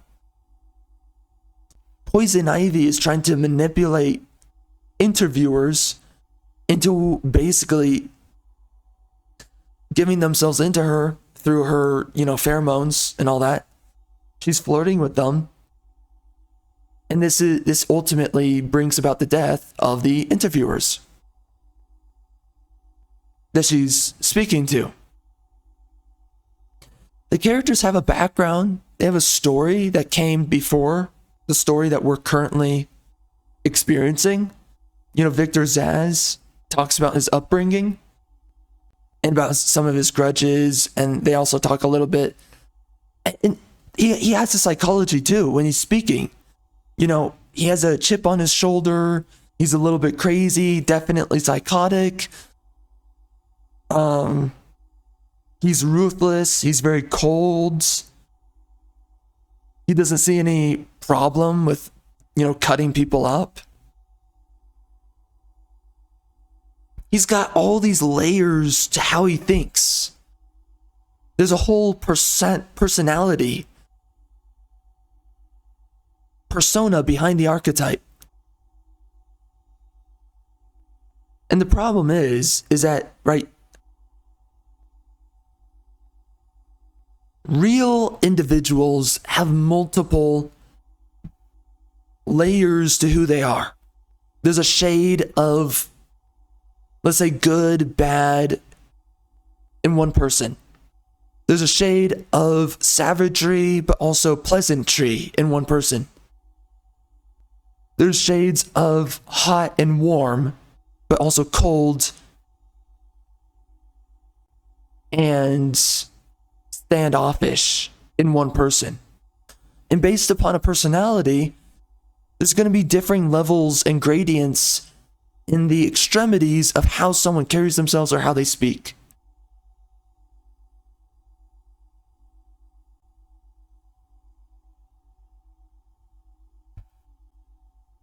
They're not just motivated by one conviction or motivation.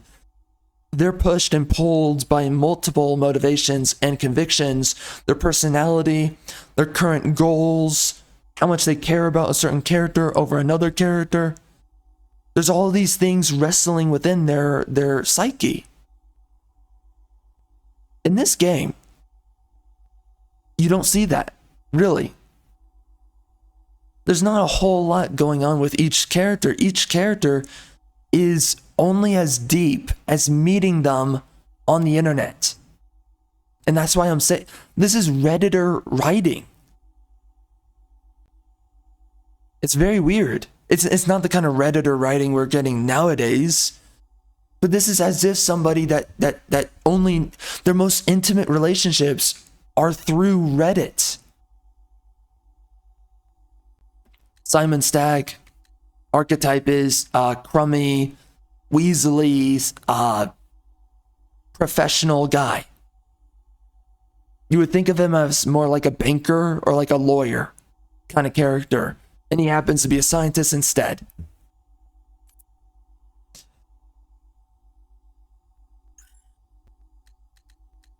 So it's very strange because, yeah, these characters are as deep as meeting somebody in a Reddit forum.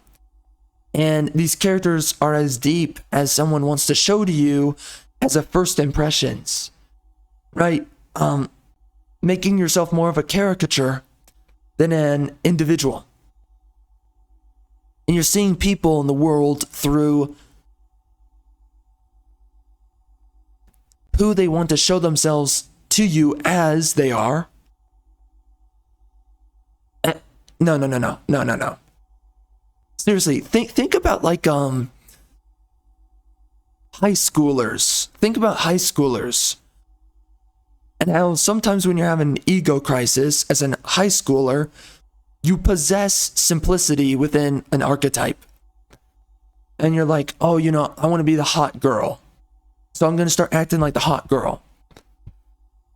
That's not even real, because some people actually find a personality in high school. So let's just be more specific. Think about the introverted type of socially autistic, socially awkward. And now when I think, you know, when you look at a lot of modern games, that's what a lot of characters are, by the way. Think about somebody, though, that can't really find who they are. It's not just they're awkward, but they're very insecure in who they are.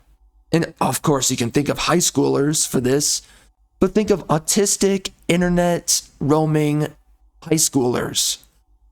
And a terrific example, by the way, that comes to mind of like the kind of characterization you're seeing in this game with in modern day. Think of Supermassive and their game The Quarry. That movie game has some of the most one-dimensional, one-note, boring characters you will ever meet in a game. And what is it? It's a bunch of self-inserts. It's a bunch of people where it's like your caricature or your caricaturization of a personality of a person in your head is as deep as they are in reality. And you know what it is? It's as deep as you think somebody is just by observing them. So it's like the personas and the characters of a lot of modern writers, especially Redditor writers, people are only as deep. They don't really have any beliefs. They don't really have any convictions. They're only as deep as you observe from a bird eye's view. Or right, like you're that socially autistic kid that just people watch. And you're like, oh, that's the popular girl right there. And you just see that people keep talking to her, and you keep noticing that she keeps on being flirty, but pass offish on other people. And you don't notice anything deeper about that chick than that. And then you see this one guy, he's really loyal to the people around him and to his other friends, and there's nothing deeper than that about the guy. Because you're only viewing him from the outside. You don't have any intimacy with this dude. You don't talk to him like he's your brother, or like he's your father, or like he's your trusted uncle. You just know him as the dude. You're watching some other dude talk to the loyal servant archetype dude. You don't understand these people as actually who they are. Alfred has no actual beliefs in this game. besides fulfilling his role as the archetype to Batman.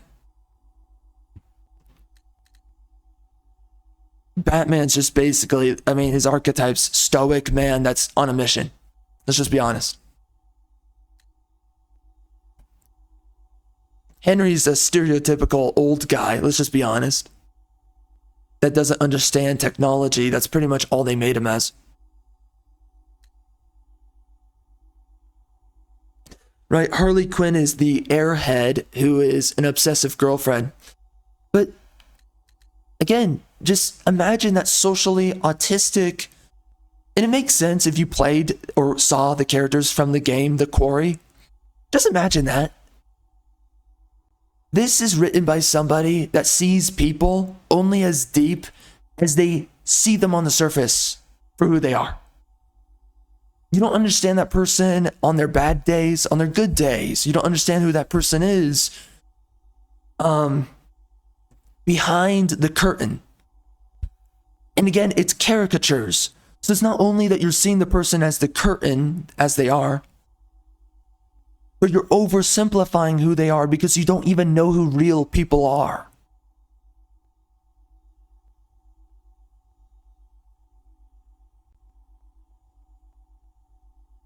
And I am okay with, you know, characters that are based on theme and characters are based within archetypes and concepts like this. It's fine, but it's like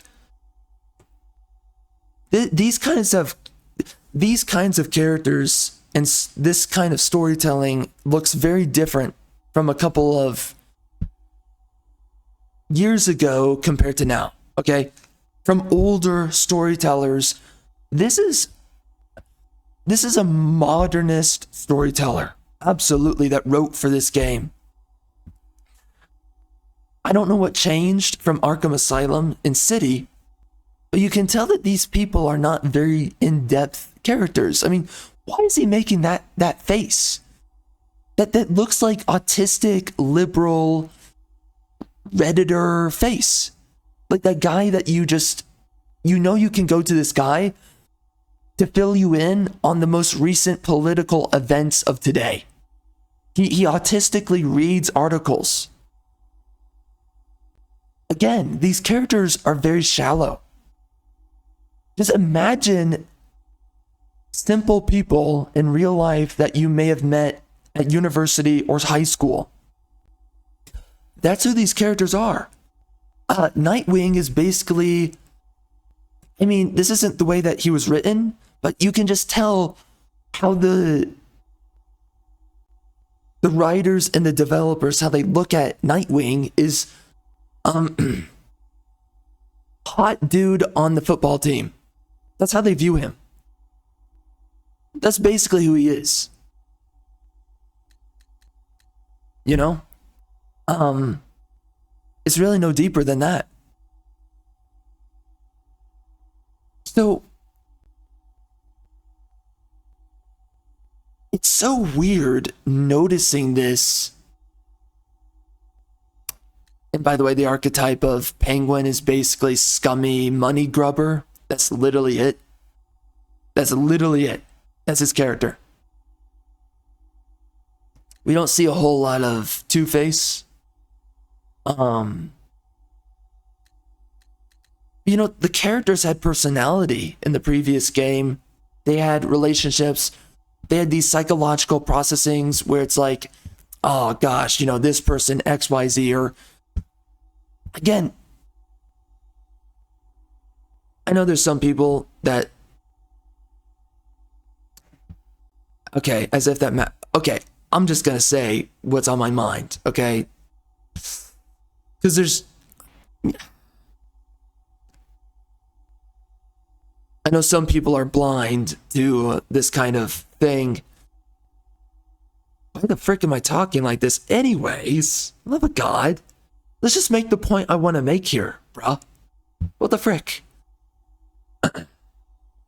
Listen, there's a certain type of shallow personality that you will meet in a place like high school, where you just meet somebody and it's clear this person doesn't have much of an ego. They don't know what their identity is. They don't know who they are as an individual.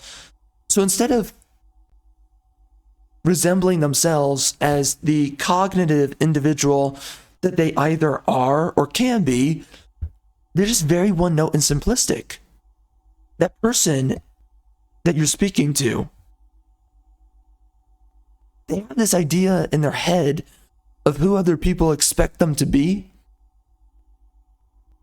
or what they think people want to hear out of them. They see somebody, right? They see a character in a movie and they're like, let me behave like the character from the movie rather than manifesting my own individual personality. So then that person behaves in an oversimplistic way within this rigid confines of a predetermined blueprint for an oversimplistic personality. And that's how a lot of autistic online, Redditors or online people, that's how they are. They don't have a personality.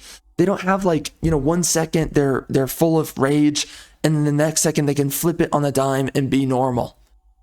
Because they have a multifaceted personality.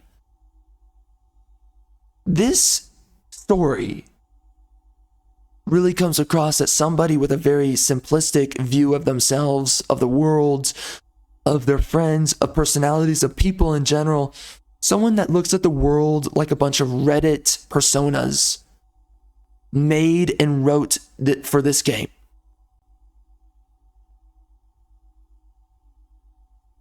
In the previous two games, it's very clear. You're looking at these characters and it's very clear. There's more going on to Catwoman and who she is than the story is writing for her. There's more going on for Mr. Freeze than just what's going on in the story right now. Mr. Freeze goes against and betrays Batman because you barely see this going on, and he's barely speaking in this way, really. But he really wants to save Nora, his wife. So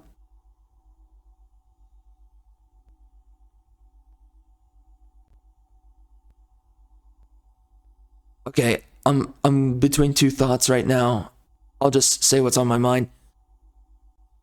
Arkham City and Asylum has shades of personality, shades of individuation to the characters. Mr. Freeze betrays Batman because he wants to save Nora, and he doesn't trust Batman. This is something that's not really going on screen or being spoken. It's just that is who Mr. Freeze's character is.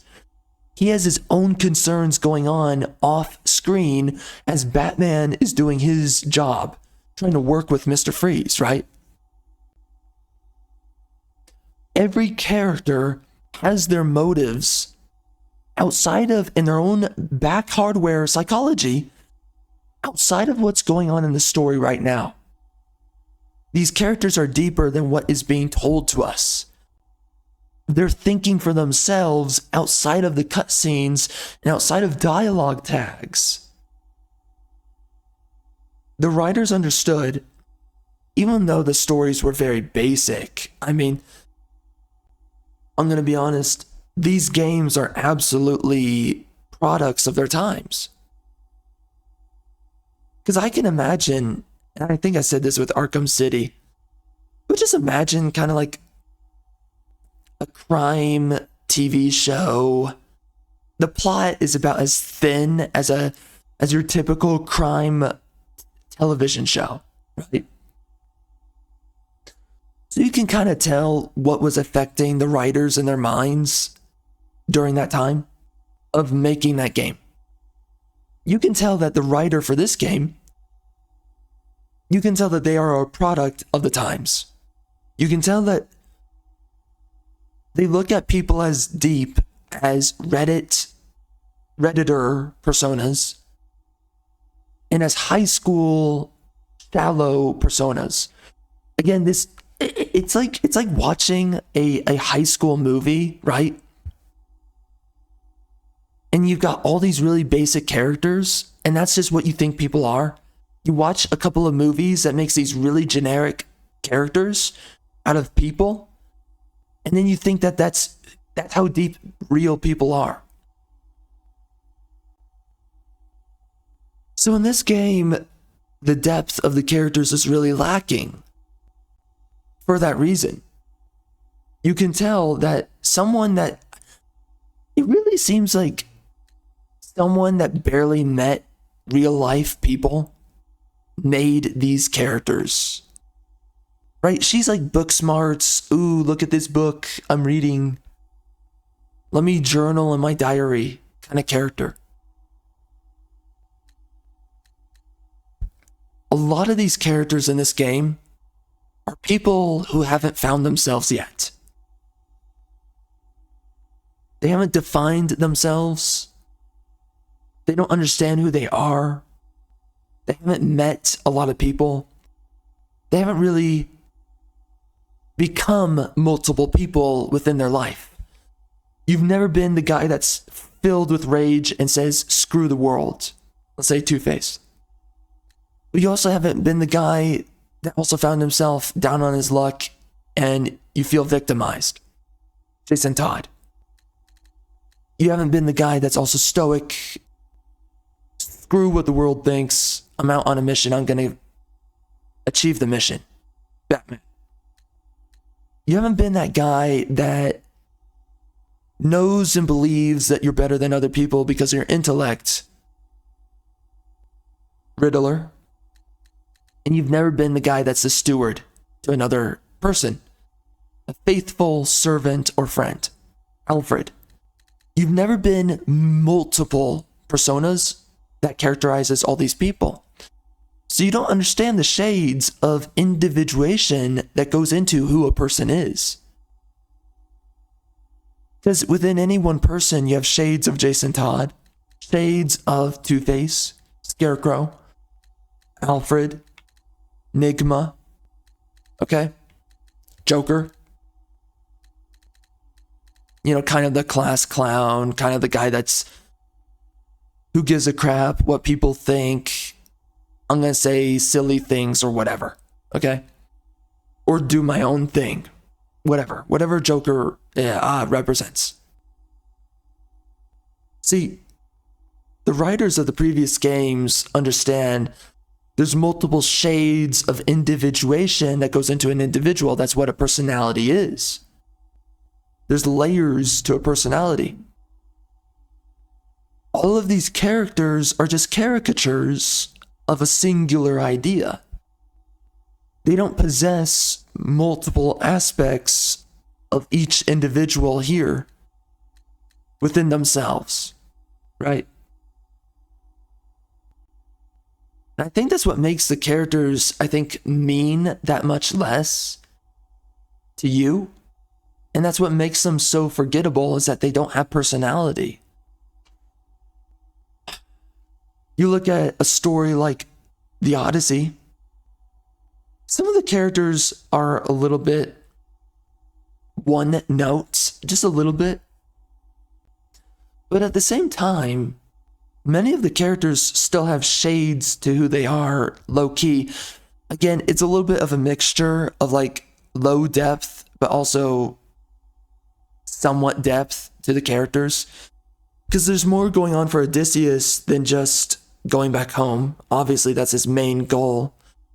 But he has many concerns and he thinks of the gods. He's praying to the gods, speaking to Athena. I'm still looking at Catwoman's boobs, and you know, he's more than just, I want to go home. There's a lot more going on. There's a lot more to the man. But again, the characters are really not that deep. It's just they're deeper than being a caricature.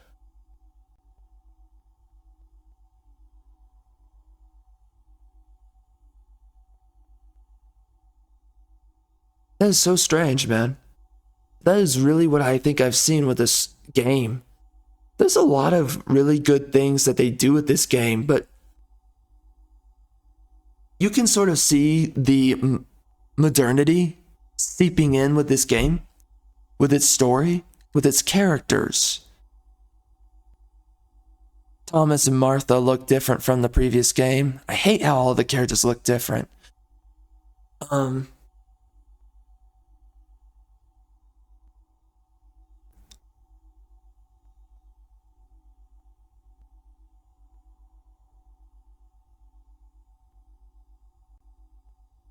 All of the influences on the writers for Arkham Asylum and City, very different from the influences on the writers for this game. There's something very iconic to the characters in the previous game. In this game, the characters definitely flat. And again, everything that I described, these are Redditor personalities to all the characters. This is look through your high school yearbook. How would you describe each person? Well, obviously you don't know everyone at your high school that well, besides your closest friend, and even that person. You put them within a container and you act like you actually really...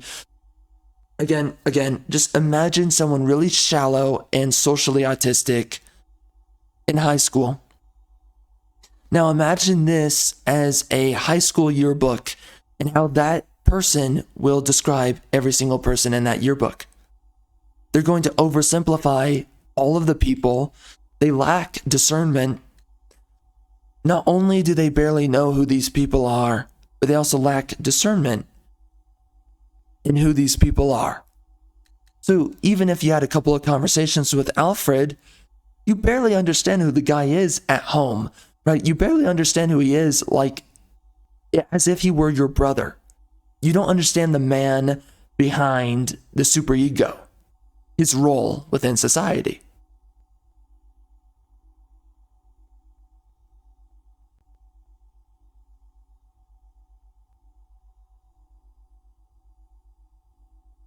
You only understand these characters as much as the mask that they reveal to you.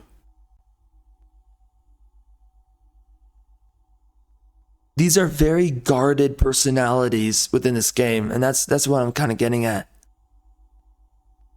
They don't show you their soft side, or right? They don't show you the inner workings of who they are.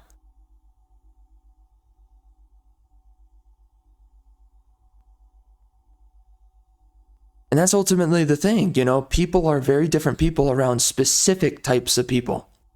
If you're talking to someone that's a little bit more strict, or maybe someone that's more erratic, you're going to behave differently with that person. You're going to put up more walls and barriers when speaking to them than when you're speaking to someone that's maybe more jovial, or they're just very open about themselves, or they're very persistent. What is it? Socially persistent. There's certain people that just keep on pushing in. They keep on pushing past your barriers. No matter how many walls you put up on them, they just keep on talking to you like you're their brother or something like that. No matter what, they're going to talk to you like you're both peers to one another. And those are typically more extroverted people. Okay? There's multiple layers to who somebody is. There's times when you speak to someone where they're going to be more intellectual, and there's times when you speak to them and they're going to be more goofy and they're going to say some really stupid things because you're just kicking back, having fun, and making stupid jokes. But then the next second, you're having like an existential conversation with them about spirituality, faith, and whatever else, right? And they're sharing with you their deepest fears, and next second, they're talking to you about what they're trying to do.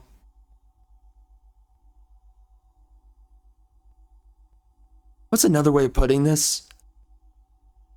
It's the difference in understanding who somebody is as a developmental personality rather than a static personality. That too, that's the biggest, because everything I just described does not matter, because everything I just described can still be one-dimensional if you view people as static personalities rather than these developmental personalities. In reality, people are developing in real time. Your personality is going to change every couple of years. You know, like,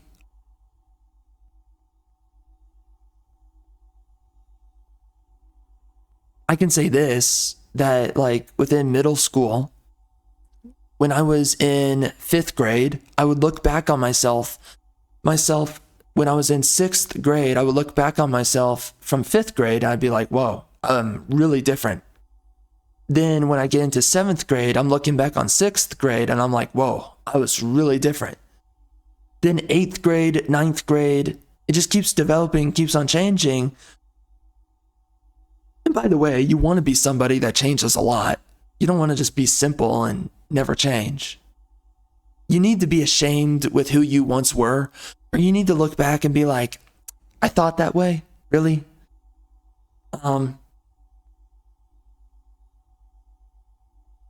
biggest issue if you're changing as an individual is if you're an idiot and you're degenerating yourself. But yeah, anyways, that's a whole other conversation. Let's not get into it. These are caricatures of people who never grew up and people who never found themselves. And that's what I see with this game, is that a lot of these characters and their personalities is a lot of shallow personalities, a lot of pseudo individuals, a lot of people that if you just break past a little bit of their layering to who they are, they'll shatter and they'll have an ego crisis and they'll blow up at you. That's what I see in this game. So if just one little thing in Jim Gordon's life, so, right, his identity as a father, if that's taken from him, he blows up, he gets erratic, as he did in the game, and he has a fit at Batman.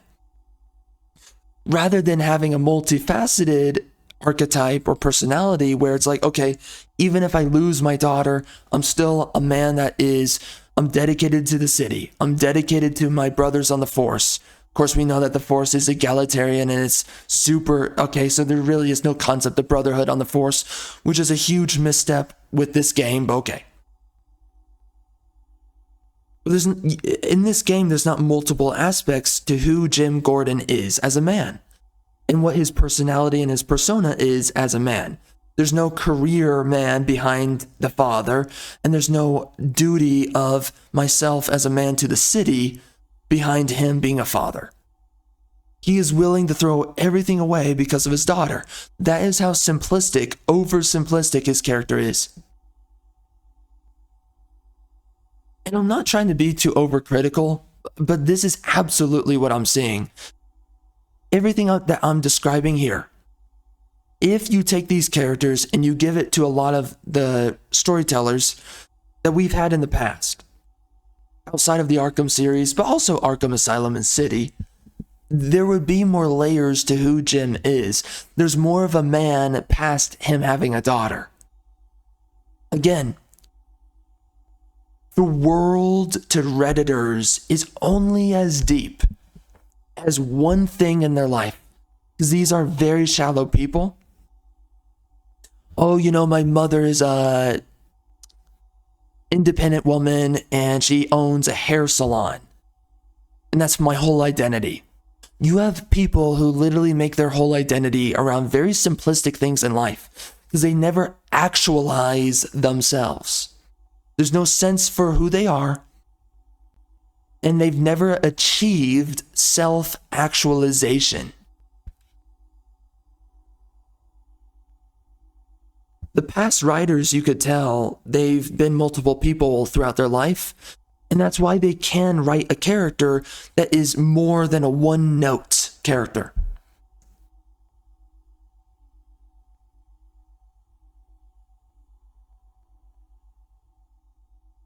There's deeper shades to all of this. There's more that I could be saying, but that's pretty much what I have to say about the story, is that these characters are very shallow. They're only facades of who they really are. And they're only showing you who they want you to think they are on the high school yearbook. That's their personalities within this game. There's still characters that I love in this game. There's still interactions I love in this game. Not all of it is super shallow, but when you do look back on it, there's a lot of shallow elements, and you can kind of tell it seems like the writer didn't completely know where they wanted to go with the story. It seems like they were a little bit lost along the way.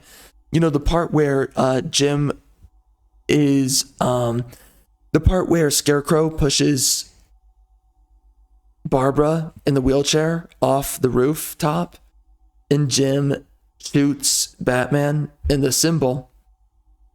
You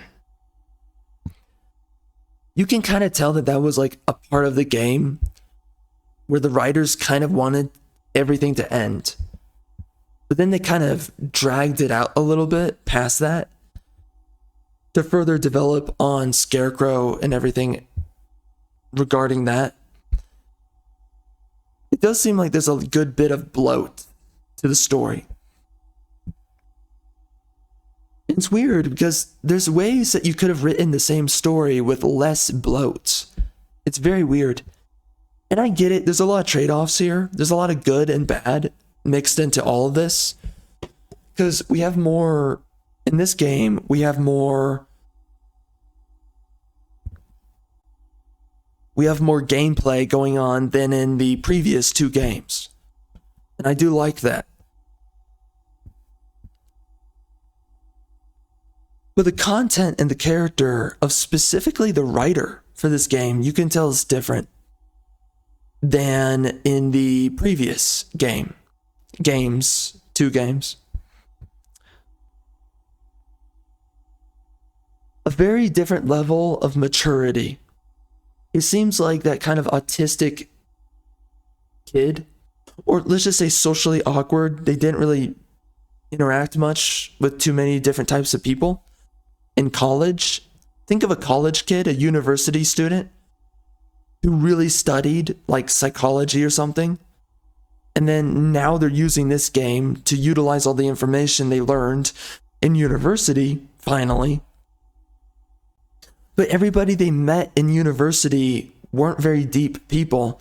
And I can tell you this, I've met people who had deep personalities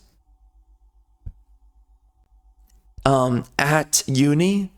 People had developmental personalities, and I've met people who there's not a lot more going on with their personality and who they are than what Reddit tells them to be. I've met those two different types of personalities. And I think what I can tell is that somebody that doesn't have a developmental personality wrote for this game. I think they have a decent understanding of archetypes, but they don't have a good understanding of depth to character. And so those are the kind of characters that we get in this game. You don't understand people much past the first day of getting to know them, or much past Redditor personalities.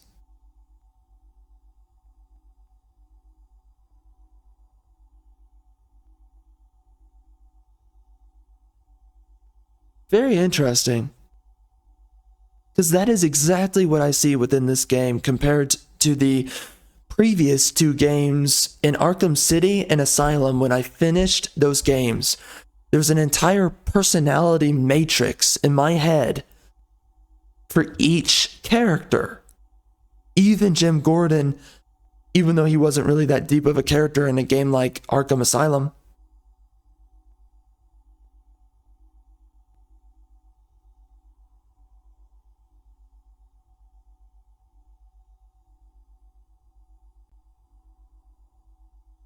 Very interesting, yeah.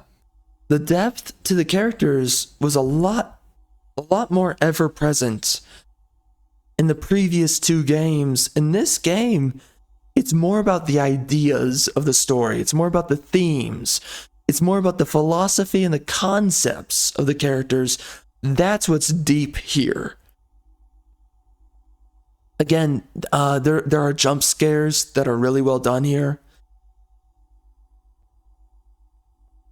And maybe some of my criticisms has more to do with one of the writers on the team, right?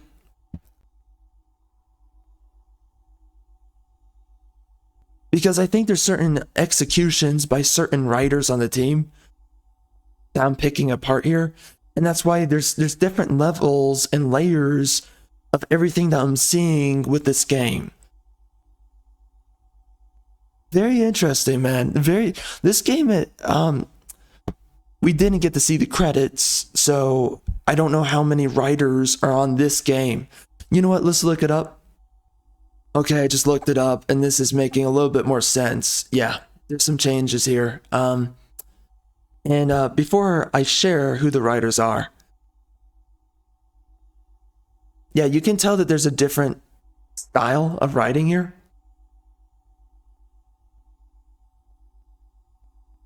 Very interesting. Okay, so let's get into it. Very interesting. Wait. Hold on. Oh, so... Really? So, Batman Arkham Knight is set 9 months after Arkham City.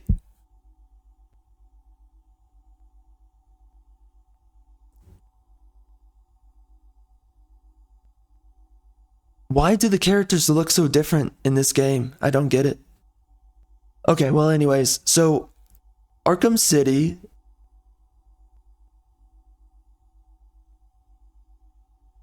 You know what? Okay, hold up. Batman Arkham Asylum writers.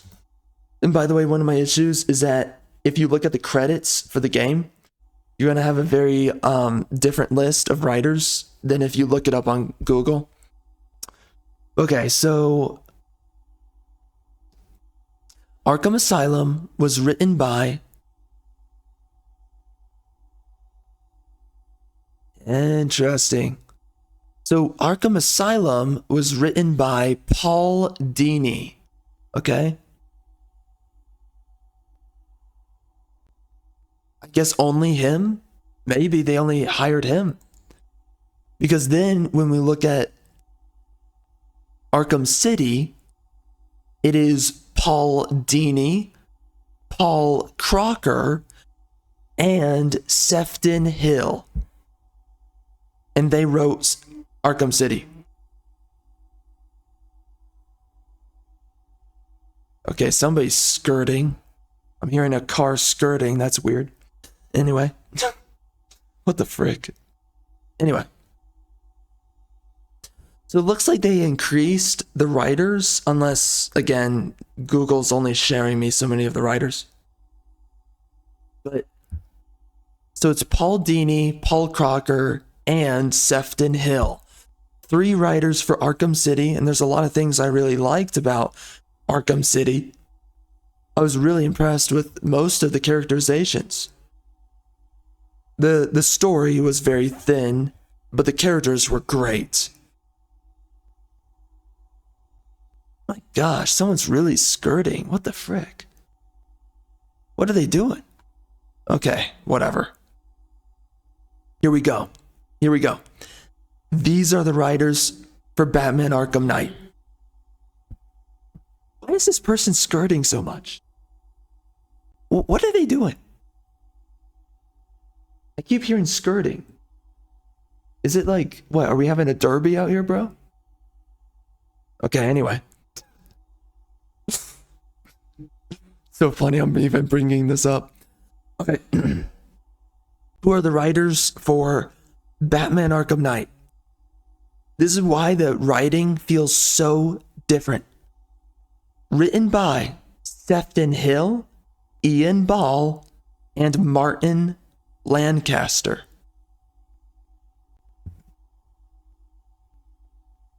Oh, okay. Why didn't Paul Dini write Arkham Knight?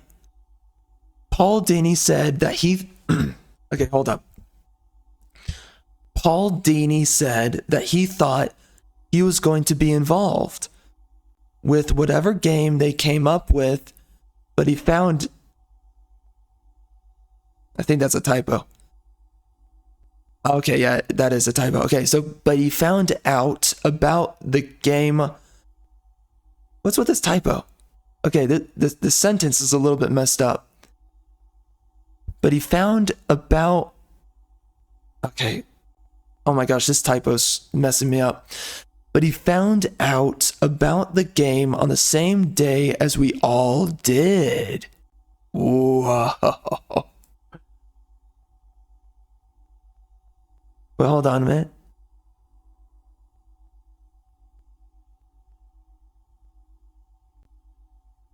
So then it says, some fans here were lying.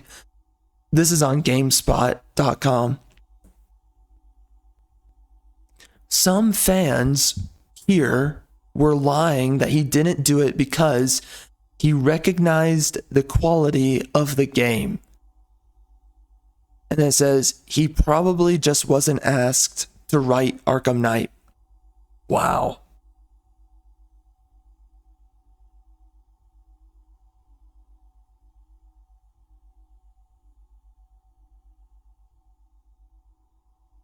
Wow. Wow.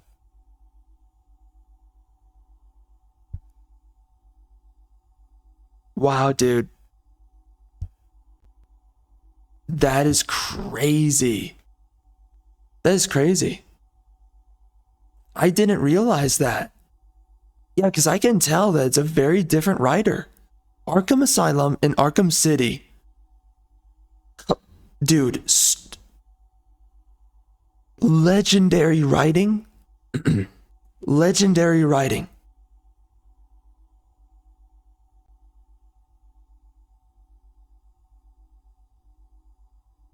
Interesting. Wow.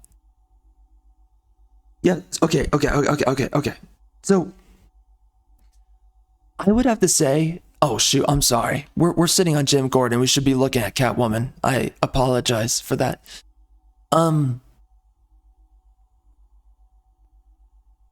There are some really legendary elements to the writing in Arkham Asylum and City.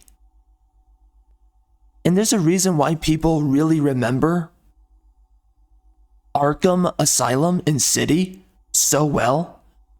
Because Paul Dini, he has a certain way of writing, and he has a certain way of pacing his stories, where for one, he doesn't waste your time. He has a great understanding of how to develop characters and to add multiple layers to who they are. He has a very fundamental, different understanding than these other writers. So, Sefton Hill worked with him and Paul Crocker. And you know what? Shoot. I'm starting to think I need to go look at what I'm not going to do it. But I would like, because it's just too much to comb through. I speak for way too long to go look for my past thoughts, but maybe I say it somewhere in the review. This is going to be a really weird review to make, but somewhere within when I finished Arkham City, I said that I could tell that there was something. Yeah. I said that there seemed to be some developmental switch ups within the storyline of Arkham City. I could tell that there were like changes in the pacing. And when you look at the fact that they had Paul Dini, Crocker, and Sefton Hill, I did mention that it seemed like maybe there were too many cooks in the kitchen or too many guys' ideas wrestling with each other while the game's being made. Okay? Then what happens with Batman Arkham Knight?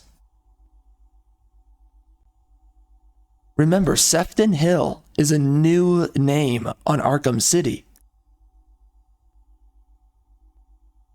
On Arkham Knight. Oh, frick, where is it? Where is it? Okay, right here. Sefton Hill, Ian Ball, and Martin Lancaster. They kicked out Paul Crocker and Paul Dini. Wow. They didn't even tell him about the game. Wow.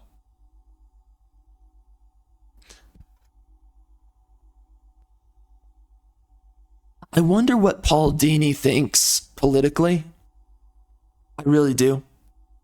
I guess I can look that up.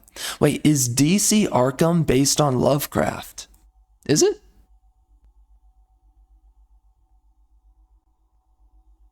Oh, really?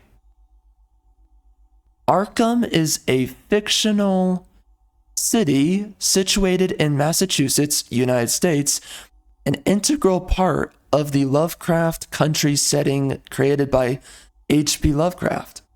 Really? Arkham is featured in many of his stories and those of other Cthulhu mythos writers. Really? So I guess that's kind of where the Gothic theme comes from. I can see that. Interesting. I did not know that. Oh, wow. Okay, yo, I mean, that makes sense, I guess. Interesting how such a hateful bigot made such inspiring themes and symbolisms that so many liberals they love to mimic. Such a hateful bigot in his work. Anyway, this is a thing I cannot stand about liberal storytellers and liberal creatives in general, is that they always live in the shadow of non-liberals or just more right-leaning individuals and the things that they've made. But they'll hate their politics, even though they can't live outside of their ideas. Very interesting. What was the thing I was going to look up? Shoot. Okay. Paul Dini, politics. I don't like looking this up, but I do wonder what his political bent might be. Okay, so what do we have here?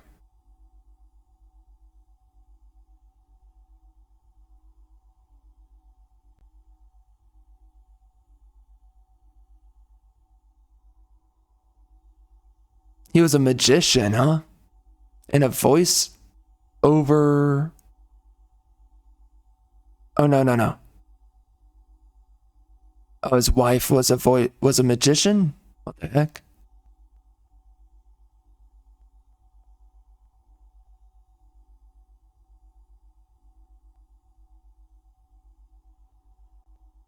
Wow, okay, he wrote for quite a few things before doing Batman.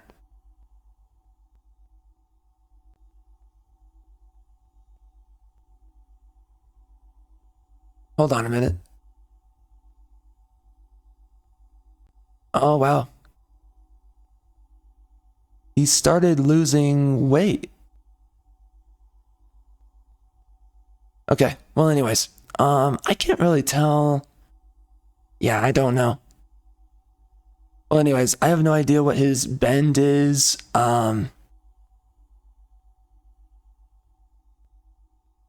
I don't know. I don't see a lot of leftism in his writing. I'm just gonna say it. I don't think he's much of a leftist. I mean, he could be a libertarian or something. I have no idea. But anyway, why am I not hearing? Oh, never mind. Okay, so that's really interesting to now understand. And that's why the writing feels so different. So Sefton Hill, it looks like he must be really good at company politics. Because he came in. That's really interesting because his name is also on Suicide Squad, by the way. And apparently he dropped out of Rocksteady on Suicide Squad. So Really? Oh, whoa. Actually, so who's the writer? Okay, writers for Gotham Knights. This is interesting. Oh gosh, I see freaking women. Oh, frick. Well, that explains a lot. I only see one dude's name. I see 4 women wrote for that game. Oh my gosh.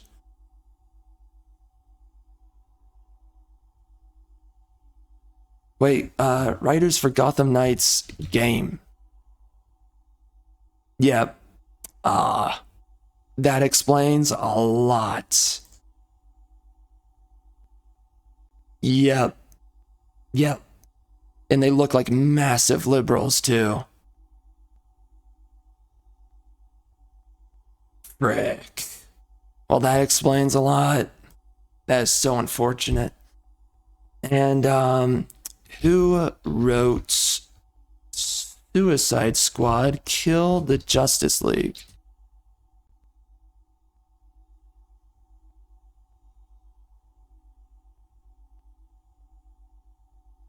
I saw the names before. So Ben Schroeder, Martin Lancaster, Sefton Hill, Ian Ball, and Grant Roberts. Bro, they have a ton of writers for that game. There were a ton of female writers, but it's so funny because they don't include the female writers for the game. This is the issue with Google. Okay. But there you go. And I heard that some of these guys dropped out. But there you go. Sefton Hill, Ian Ball, and Martin Lancaster. Even if those guys dropped out of the project, listen, dude, ever since I've seen Sefton Hill's name, I started seeing more political BS. I started noticing some more of this medical terminology, right? Like narcissistic this and right, all this modern day terminologies and lingos. I think Sefton Hill is a leftist. I do. From everything I'm seeing by playing these games, yeah. It looks like he invaded Rocksteady with his politics, and it looks like he's good at politics because he got Paul Dini kicked off the team. That's what I'm going to say is what happened. He seems to be the rodent of Rocksteady. And it looks like he was friends with Ian Ball and Martin Lancaster. So he brought them onto the team, or somebody that he knows brought them onto the team. And maybe that person brought Sefton onto the team. And then you look at Suicide Squad, and it ended up being Sefton, Ian, and Martin. They ended up writing for Suicide Squad, along with Ben Schroeder and Grant Roberts. So, and of course a bunch of other female writers. So these guys, man, they, I can see the modernity in this game, and I'm not a big fan of the modernity that they placed into Arkham Knight. And I can already see that the characters, they're not who they were in the previous 2 games. A lot of them feel very one-dimensional, and it's because they are. And it's because the writers changed. The women are still sexy, at least, but they were covering up the women a little bit before all the feminists really invaded Rocksteady. Wow. Well, there you go. A lot of things are making more sense here. And that's why people remember this game much differently than the previous 2 games. Because although there's a lot of awesome Batman moments here, there's not the soul of gothic Batman in this game. You feel that gothic atmosphere of Batman immediately in Arkham Asylum and in Arkham City. But in Arkham Knight, I do like the way that the city looks in Arkham Knight, but the personality really isn't there. And you'll notice the way that a lot of the thugs are written in this game, it's not as interesting. And they're written in a way that kind of breaks the fourth wall a little bit too often. And it doesn't feel like you're living in the world of Batman in Arkham Knight.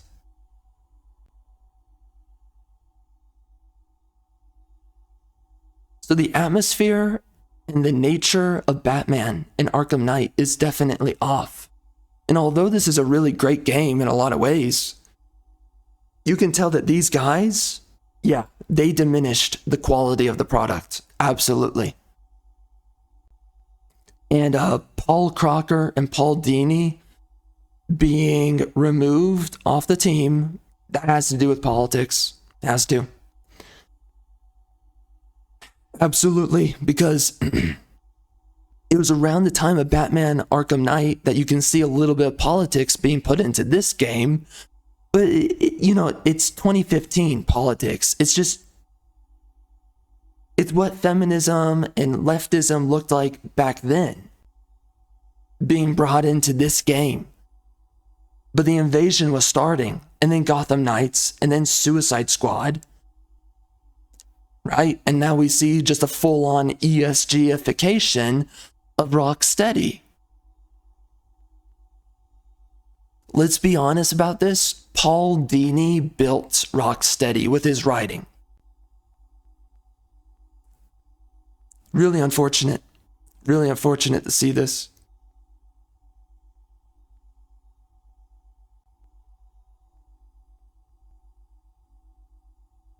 And who actually knows why Paul Dini left? Or sorry, he didn't leave.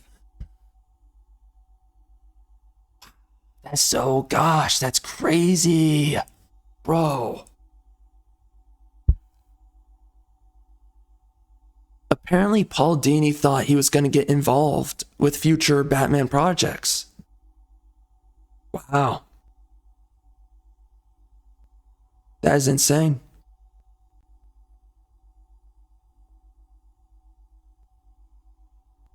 Oh, Arkham Knight was written by the writer of Crisis. Is that guy considered a good writer?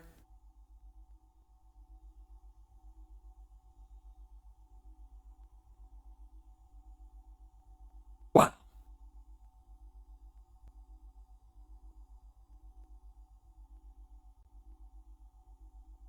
Wow, that is so trash, man, because it's like, how can you make a game series where you have a visionary and he has a vision of how he wants a story to play out across the many games, right?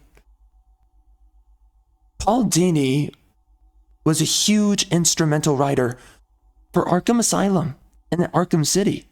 And then you don't involve him for the finale of the trilogy. Really? Really? Why would you do that? Wow. Wow, dude. I hate it whenever they do stuff like this. Especially whenever you have a good writer on the team and then they remove the guy randomly and they fill him in with they replace him with a woke writer instead. Or a woke light writer, or someone that's more ideologically possessed than that guy. Same thing happened with the God of War reboot. God of War, what was it, 2016, was pretty good.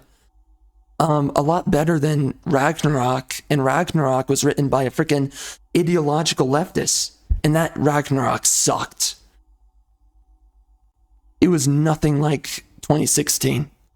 Or was it? It was 2015, right? Whatever. And there's a lot of things I didn't like about God of War 2015 or whatever it was. But the story between Kratos and Atreus was a lot better. And you can tell that the vision was definitely screwed up once they made Ragnarok. This is a huge issue. Dude, you never remove a writer from their project. If you switch out directors or if you switch out writers, you're screwing the product over. It's over.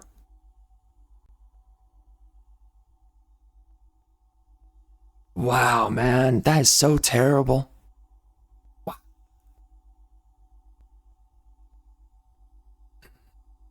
I am so disappointed. I never even knew about this. But that is why the writing quality is so different.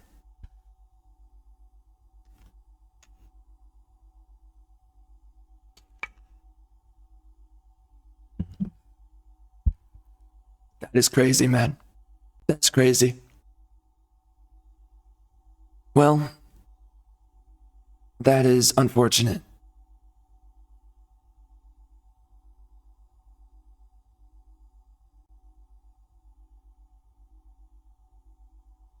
So, I'm looking at, it's funny. Okay, so I'm reading what some people are saying. So this one guy thinks that Azrael would have likely been more important, more than being a side mission. Same for Hush, and I would agree with this, by the way. Paul Dini probably had more planned out for Azrael and Hush.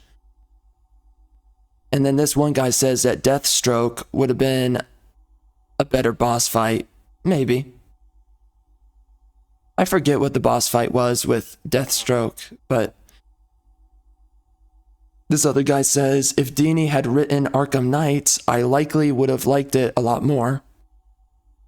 Yeah, same with me. I do think one of the things I was about to say before I got into this whole little tangent that we're on right now is that you can tell that there was a lot of writing misdirection with Arkham Knight. That's one of the things I really feel like with this game. That's one of the things I was about to say, and then I got lost in everything else I was saying. You can tell that there's writing misdirection or indirection because the story is all over the place, if we're being honest. And I appreciate that they were trying to go for ideas, but they sacrificed their characters in going for ideas. And ultimately, the story was all over the place. So, and it shows because they changed a lot of the writers out. So that makes sense. The only guy that's consistent from any of the games is Sefton Hill. That's it.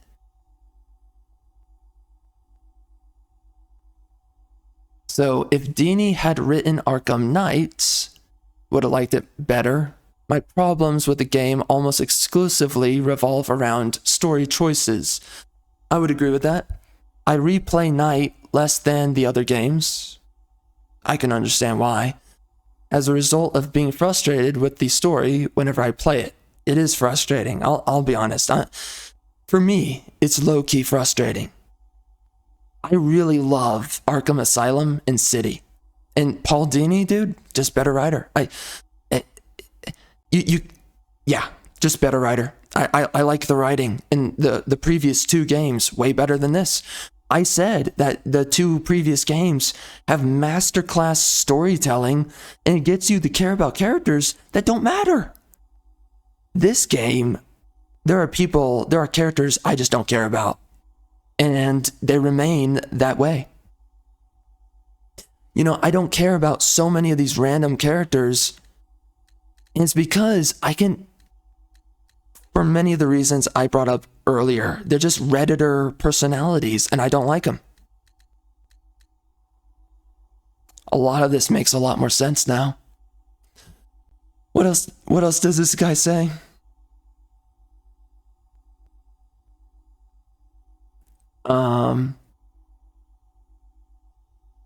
Rocksteady definitely should have brought Dini back for Knight. I agree with that. Man, I need to eat, bro. I'm getting low on energy. Frick. I'm starting to shake. I've been talking about this game for too long that I'm foregoing food. I agree. Okay, so this other guy says, I agree. Last night when I posted this, I finished Arkham City for the 200th time. And I was wondering how different Arkham Knight would have been if Dini wrote it. Very different. I can already imagine the ways that you could have written Arkham Knight much differently. It's too redundant of a story, you know? I'll be honest. Like, before reading all this, I had my own ideas of how the story could have been paced differently. Like, they could have still found a way to not drag out the game's story, but still have a lot of gameplay to the game, you know? Yeah, now that I think about it, this game really does miss a lot of the marks.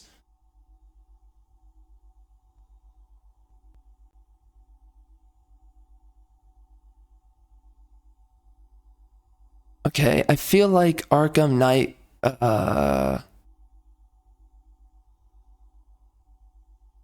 and there's good things about Arkham Knight, but I think the negatives, the game is soulless compared to Arkham City and Arkham Asylum.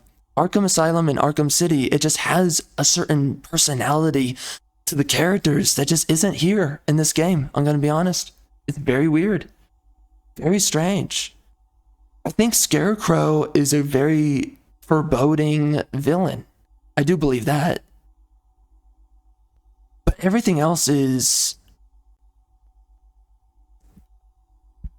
Wow, this is so strange. Yeah, there's a certain level of personality that is just missing with this game. This is going to make a really interesting review. I have no idea.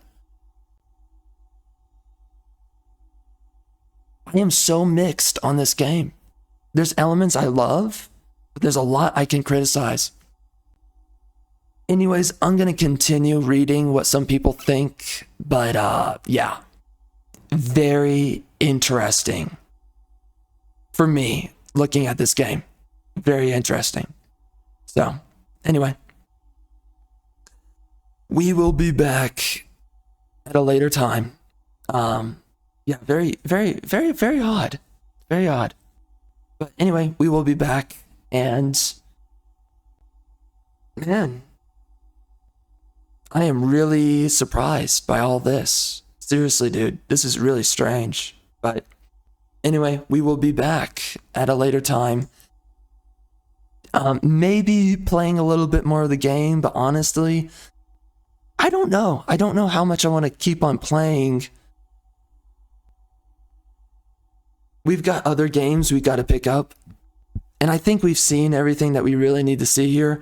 Maybe I'll just pick it up for like another hour later, 2 hours maybe. Just play a little bit more, and then we'll move on.